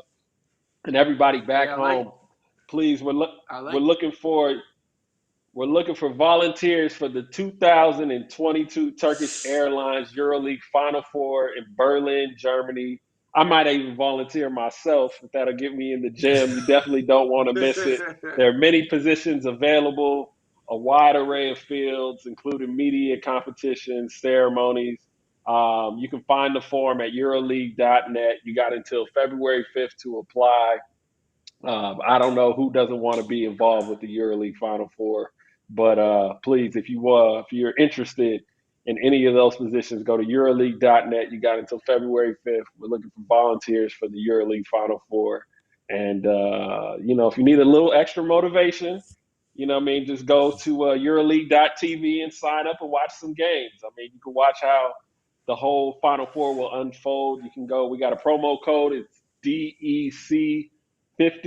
That is DEC, like December 50. DEC50 is the promo code. You get 50% off the annual EuroLeague TV pass. You can watch this game, many others. That promo only lasts until December 26th, and it excludes those of you that live in Italy and Spain, unfortunately. But it's a great feature, and who doesn't like 50% off? And we're heading into this fourth quarter, man. I smell a comeback. I don't know if it's in the air where y'all are at. I smell a comeback. But if it's gonna happen, Madrid needs to get some stops, man, because Madrid just can't stop Barcelona one bit. Right. You're right on with that. Oh, out the right gates, Trey ball. Lapro. Right on cue. And it was good defense. It's like, what can you do? I still smell it. Hey, Nigel had 2 big buckets early or late in the third quarter, and another one right there. That was nice. Nigel, look at the pace. Hey, I like the pace. He kept him on his back. Yeah.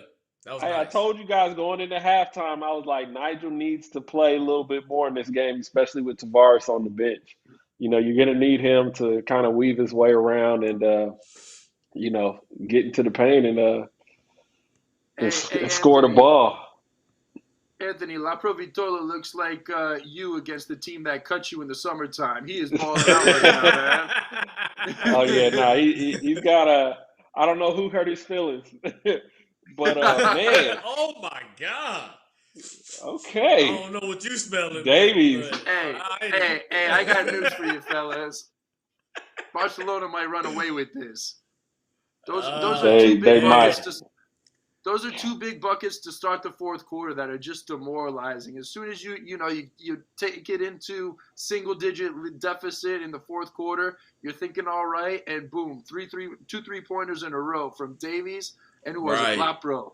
That hurts, man. That hurts. Those are 2 big 3-pointers to start the fourth quarter. Yeah, and like Real's not playing bad. Nigel's getting to the line. He's gotten to the basket at will, the last like 5 minutes of gameplay. They're not playing bad. They're just not playing good enough on the other end. And and you got to take something away, right? You got to take the three away. You got to take the drive away. I mean, they getting beat off the dribble and then they kick out, and I mean, you kind of got to take something away. I'll tell you what's happening. Real Madrid just lost their defensive rhythm with Tavares on the bench for all this time. Him getting 2 fouls in the early quarter. I mean, that just he does so much for a team offensively and defensively, but even more on the defensive end, he has an effect on this team. And right now, you can just feel the effects. This is a team without an identity with Tavares on the bench, especially on the defensive end. Let me ask you guys this: what does this game mean to Barcelona? They win. Is like, what does it mean to Real Madrid? What does this mean to the two teams? I mean, I think personally, I think that it's obviously it's a game that you want to win. I mean, you're testing yourselves against the two top teams, at least at this point in the season. You want to get the win, but I don't think that veteran teams like this that have had a core that's been together, for a period of time, I don't think a loss hurts either team. I think it's you want to win this game, but I mean, they know what they need to do. Obviously, their sights are set on, getting good positioning heading into the playoffs. But I don't think a loss hurts either team. And I think more so for Barcelona, this is just a great opportunity for the guys that don't normally play so much, get in there, get some experience, chemistry. And find a rhythm and add that to your puzzle. So these teams are always going to hate each other. I don't think there's any there's no time frame of these teams like no we're cool, he. These teams will always be going at each other. And in Spain, it goes with football or soccer, where you guys are from, over on the across the pond. Football, basketball, this is an eternal rivalry, and everything in Spain is taken stock of. So it doesn't matter. Like, let's say, for example, Real Madrid has won 3 EuroLeagues in the last couple of years, right? 2, 3, I can't remember.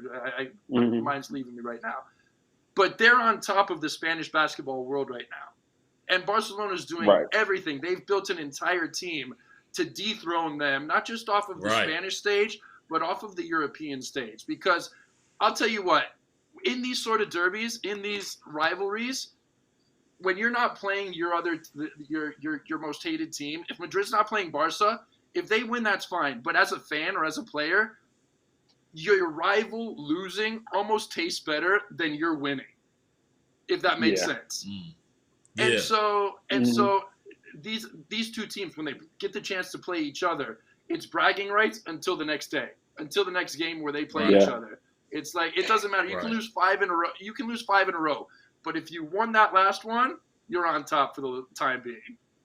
And so these games, they have a lot of impact, not just on the standings, but morally. And not just in EuroLeague, but domestically as well. So this is going to be a big win for Barcelona if they can pull through. If Real Madrid can, well, I mean, being on the road in a hostile territory, in your eternal rivals' home court, that's even bigger. Yeah, for sure. It definitely has definitely carries a lot of weight. I think it's interesting how, this isn't technically a derby like we typically think of, derbies in Europe, but it has the same feeling of the in-town derbies that we're used to seeing, like in Athens or Istanbul. And I think that's what makes this one, super special. And I think everybody in Spain, anytime there's a Clasico, I think every Spanish fan is huddled around the TV and watching these two teams go head to head, even if you don't have a stake in the game. Of course. No, that's for sure. There's grandmas around the entire country over here that are screaming at their TVs right now in this last four quarters. Nah, that's funny. And right on cue, we have a YouTube comment from Daniel Naranjo. He says, Barca is the only good basketball left. Let them win. Madrid losing is always a celebration. All right, so I guess we know where Daniel stands. All right. We know which side of We know Daniel stands. He said what he throwing said. shots. Hey, it sounds like he's a Barcelona fan, but I think he might have taken a shot at the soccer team right there too. I don't know if I read that right or not, but he said they only have good basketball left. Their soccer team's kind of struggling right now. So this is actually a good point, because if you're a basketball fan, you're a soccer fan. If you're a soccer fan, you're a basketball fan. Oh, for sure. You bleed the colors of your team. And so with the soccer team struggling right now, all the focus right now is on the guys on the court here at the Palau Blaugrana. Nah, that's a fact. That's a fact. And we got another question from Montes. Dane, we're gonna throw this at you. Top 5 basketball players from Barca and Real. Oh man! All right. I got to put Saras up there because Saras is the man. Saras, I mean, he's won everything, and if he wins a title with as the coach with Barcelona, then that's just the cake. Mirotic is getting up there. Mirotic is getting up there in the ranks, and I'd put him up there. Obviously, you got guys like La Bomba, Juan Carlos Navarro, Marc Gasol. He's good. He wasn't there too long, but I can still put him in because he was Barcelona through and through. And for Real Madrid, you got guys. I mean, you've got legends of the game. Drazen Petrovic was with Madrid for a little while. Yeah. You've got guys like, ooh, baby, this is getting a little ugly for Real Madrid right now. Kyle Kuric, man. This is getting ugly for Real Madrid right now. Kuric can stroke it, can he? I mean, he's just got the sweetest shot in the game. But, I just love his energy, man. Yeah, go ahead. And shooters don't usually provide that. Shooters just stay behind the line and boom. But he does a little bit of everything. He's got that energy, like you said. And look at him just running. I mean, but look at the form, though. Great pass. He reminds me of Rip Hamilton. Remember Rip? Who just ran, created his shots, man. Oh, loved that. Loved that.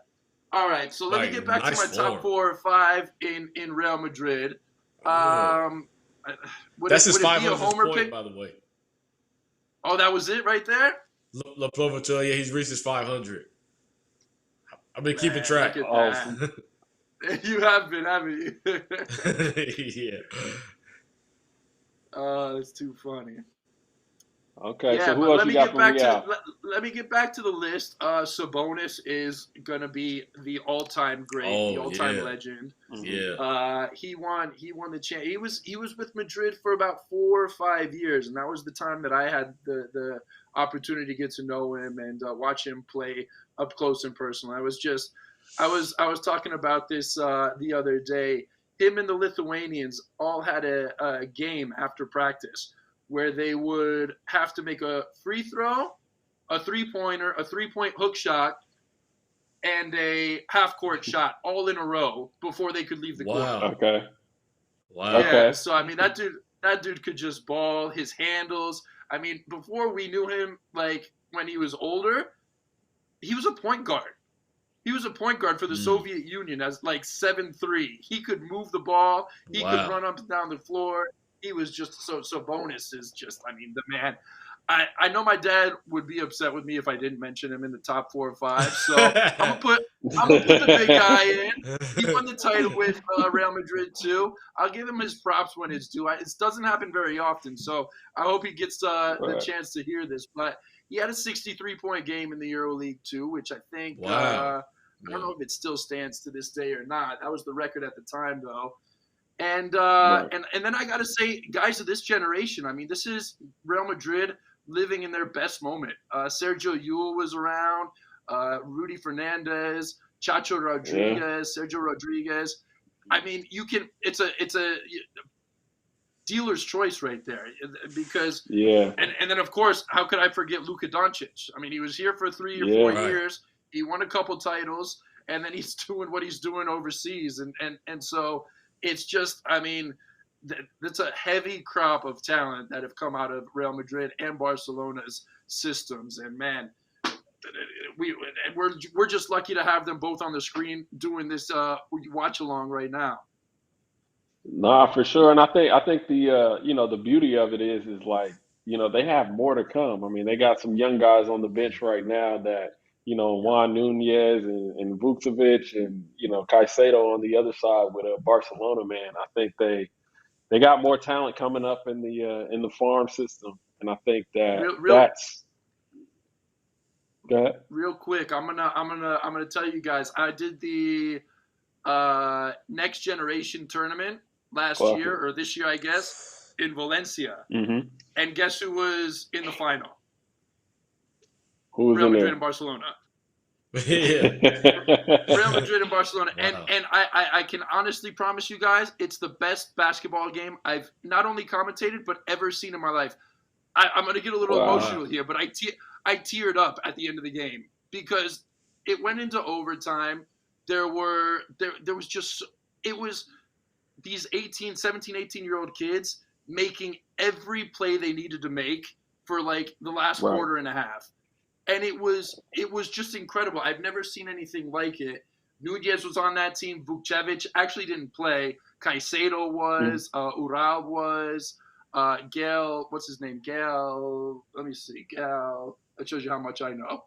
Gael Bonilla as well. Okay.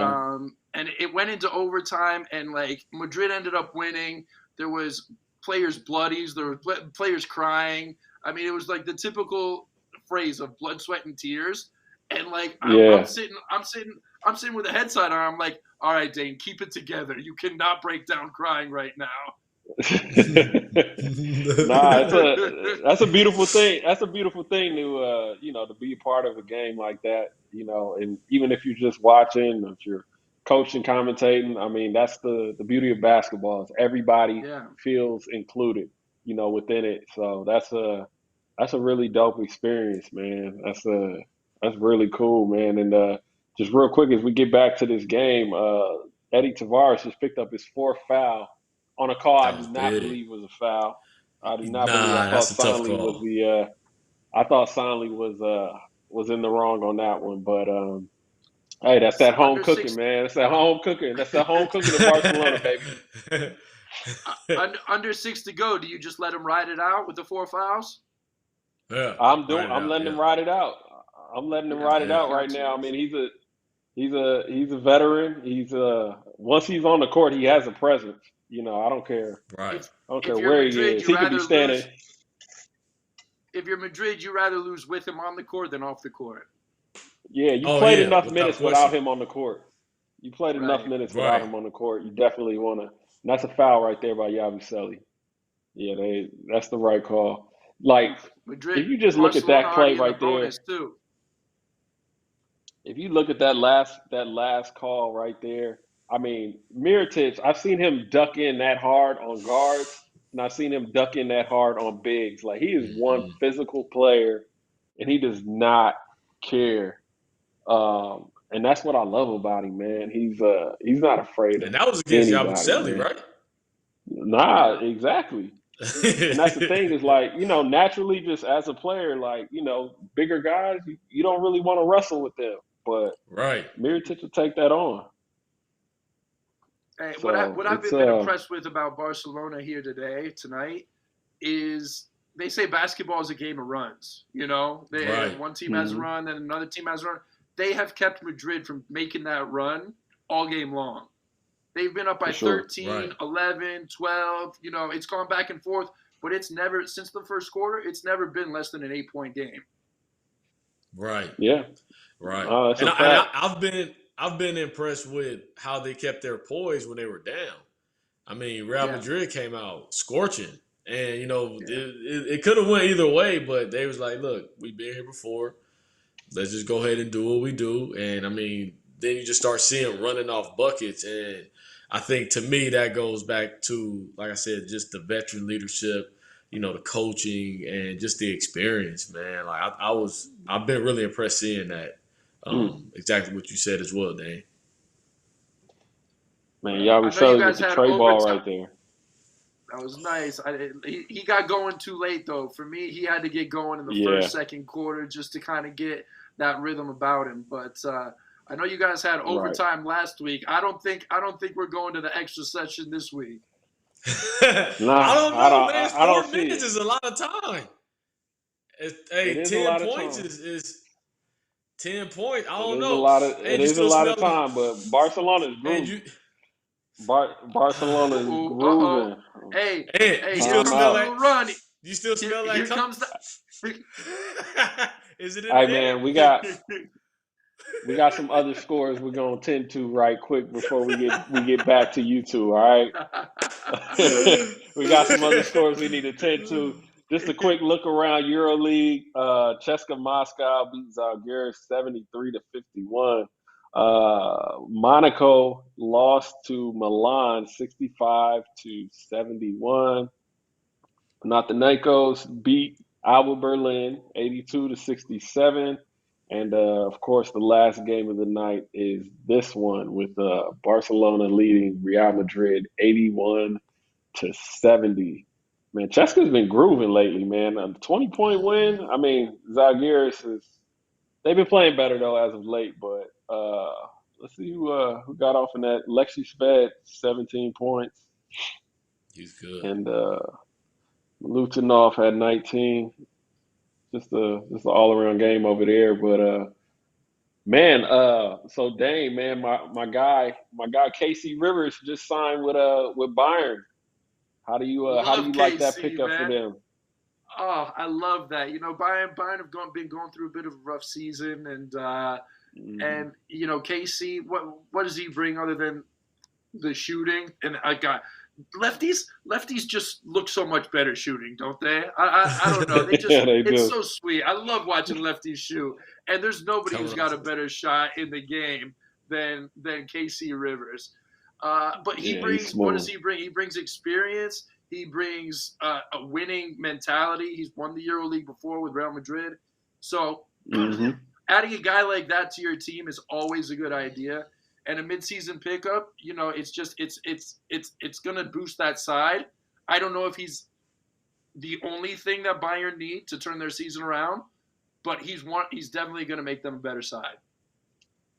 No, that's a fact. And, I don't know if you guys knew this, but that's the first ever EuroLeague call-up from the Watchalong to on screen in the EuroLeague this season. So, you guys might be next. He was on earlier this season.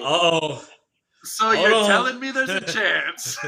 I'm telling you there's a chance, baby. Watch it. I don't know if you guys have been stretching, if you guys have been getting your laps in, but that's a watch-along call-up. Casey Rivers to Bayern Munich, man. You know what I mean? I hate to take credit for it, but I don't think he would have made it if he wasn't on the show, So shout out to KC. Shout out to KC, man. But 8-point game. So back to this game.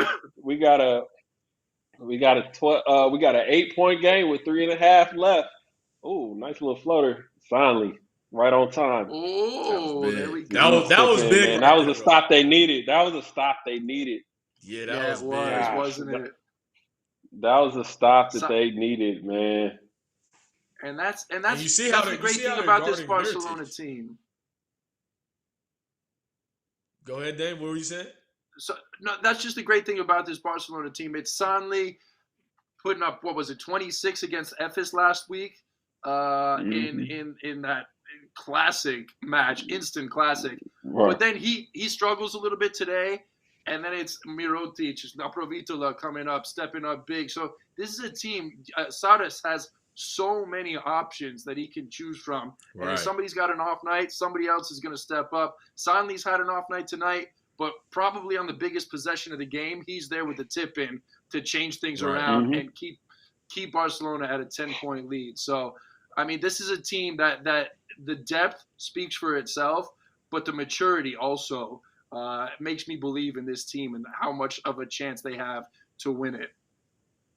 Yeah, and let's not forget who's sitting over in the sidelines in the polos, man. I mean, you got Kalathis and Corey Higgins, two starters, Right. two instrumental Yeah. players in Barcelona's success, especially last year. Getting those guys back and seeing how they gel with this team, and I think it's always kind of like a catch-22 when you lose a guy and then the team's playing well. Like, you kind of form a new team when you got to integrate those other guys back in. So, it'll be interesting to see how the team has to re-gel once they get, both of those guys back in action. But they're doing all right now. 3 minutes left, 10-point game. They just got to keep running offense and hold on. Looks like somebody got mixed up in there. It's tough. Offensive foul Man, the there. physicality is look offensive. That's tough. Yeah, that's on Mirotic. That's on you, baby. Watch Rudy, man. He is a smart player. He knows exactly where to be.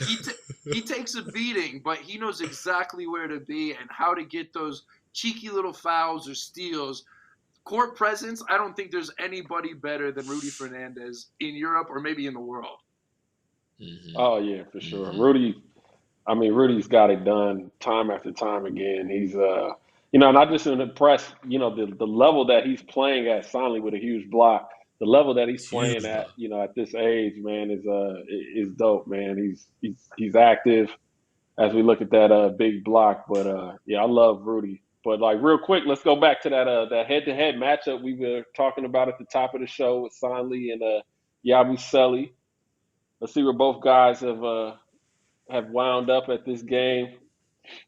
Not a whole lot of production, but the presence has been felt in key moments, I would say, for both teams, as Yabusely there with 8 points and Sonley with 5. It's not their best games, but as we've seen in the last however many minutes of gameplay, they've made some plays that have been instrumental for their team. So let's see. Mirotic loves to get that ball over there on that block. Oh yeah, he's unstoppable right here, man. Sonley just missed it. Ooh. Get out! You gotta run. Gotta run, baby. Yeah, 2.5. You need more. You need more possessions. You need more possessions. Yeah. No, they got to go quicker. They got to go quicker right now. Oh, good pass. Too much time. Good pass. Hey, and that's a tough pass to catch as well, especially I was just about to say that. And he kept it high. That was a rocket high above the head. Look at this. That's a rocket, above the head to a big man. Hey, that's a very, very tough. Never lost stride. That's impressive, man. He's got great hands. Catching the ball is a skill. You got to. But he didn't even bring it down. He caught it high and finished high. That's a skill. That's surface area right there. He might have some soft hands, which I'm not taking anything away, but he's got hands that are as big as a minivan. So that's one advantage too. That's big. That's a fact, but it's hard to catch a golf ball though. You know what I'm saying? If a golf ball, for sure. You know what I mean? Big hands isn't always an advantage. Like I said, I'm impressed. A beach ball than a golf ball. Man, I'm impressed that he didn't bring it down. Normally, you see a lot of bigs catch it, bring it down, and then they get stripped and all of that. Especially on the move. The fact that he kept Especially on the move. Yeah, that's impressive to me. Yeah, it's Here we go. It definitely is, down, man. Boys. This is winding down. Got a minute and a half, 8-point game. So you still smell what you smelling over there, man? Is it still in the air? All right, so let's go to everybody tuned in the comments, man. Appreciate y'all coming by and watching. Please leave your comments. Let us know. If y'all got any more comments as this game starts to wind down. Can Real Madrid make a comeback? I smell it in the air, but let us know what you guys think, and if you guys want to go back, this episode has been hilarious. It's been fun, and it will be on demand on EuroLeague's YouTube channel. So please go back and you can watch this watch along with us at your leisure. And now we have a 10-point game. Man, this has been a good time. I like doing this more than I like watching games by myself at the house. This is fun. Oh yeah, for sure, man. You got to pull up. You got to bring Pops next time, though, man. Pops got to sit down with us, man. And, you know, hey, I don't know if you guys saw that post on that came up with me in his hands, but I'm getting no respect from EuroLeague. They go, Dane Arlauckas, the son of Joe Arlauckas. I'm like, come on, man. He's like, they need to be like Joe Arlauckas, the father of Dane Arlauckas. Come on, give me my respect. Come on, trying to play me like this. All right, man. He's got his resume. His resume goes a little longer, I guess, man. You know what I mean? I guess, you know. That's how it goes sometimes, man. They gotta give it to the vet. They gotta give it to the vet. Hey, I will say this. He stole my idea of being a commentator, though. It was my idea, and he just swiped it. He took it and ran with it. Just took it and ran with it. And he's like, dang, we're gonna change the world. I'm gonna put you on my shoulders. Put you on my shoulders. They're gonna be doing this worldwide. Basketball arenas everywhere. Right. Just play along. Just go along with ever it, done this. Go along with it, Dave. Man, sideline OB, I think it's gonna be a quick pick and roll with Tavares. It's gonna be. Oh yeah, right. I'm running the same play. I'm going right towards the basket. They're looking right over the top. Yep. Keep it high, easy bucket. Man, even with a $1:20 8 left, points, up 10, a minute 18, 8 point game. Even with a $1:20 left, they're still just wrapping up on defense, man. They've been relentless all game long. Oh, for sure. For sure. Let's see I'm impressed. I'm impressed at his hands. He's not bringing it down. I mean, that's elite, man. Nah, he's been trained to do that, man. But I think the more you start watching bigs, you know, from all over, I mean, catching the ball is such an important skill for any big. Right. Oh my goodness, is that a dagger? Is that a dagger or what? That was big. That was big. Are you not entertained? That was big. That was big. I'll have what he's having. 29 of the game? Oh my goodness. You know, it's funny. It's like, you know, we talk about, you know, Mirotic and how well he's been playing lately, but lately is realistically, it's been years.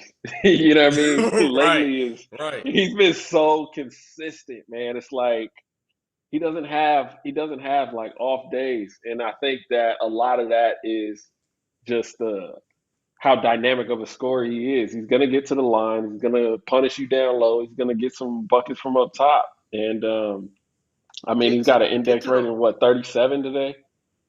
Get to the line is an understatement, Anthony. He's 14 of 15 today. He has just been a foul magnet. Oh, for sure. Yeah. For sure. 29 points, 3 of 3 from inside the arc, 3 of 5 from outside the arc, 14 of 15, and 9 rebounds, 3 assists. I mean, the dude is just. I mean, he's drawn 9 fouls in this game. And this is rising to the occasion too. Rising to the occasion. I mean, he knew the lights are on. He was playing against. He knew who he was playing against. This is his old side. And there's a lot of bad blood between him and the club. And, man, he just stuck. Oh, yeah, this was personal. Today. Oh, yeah, this is personal for sure. He's going to go home, and he's going to have a nice night for sure of celebration. He might pop open a bottle of Vino Tinto and be sipping on that all kinds of content. Oh, that's a fact. That's a fact. You definitely gotta get a nice bottle of wine, nice glass of wine to, you know. Is that another bucket down there? Come on, man. Stop the bleeding. He's over 30. Stop the bleeding. Over 30. Stop the bleeding. Wave the white flag, boys. Come on, man. I mean, what's more impressive to me is that he's done it at every level consistently in different leagues. I mean, to be able to be a killer on both sides, man, that's impressive to me, man. And he made it look it's easy tough, today man. too. No, that's for he's made it look easy all season, and last season. And as he shoots this bomb, okay, thank you for not hitting that one. From the logo. Yeah, come on. He's getting disrespectful he now. wanted y'all to know. He's getting disrespectful now. That was personal.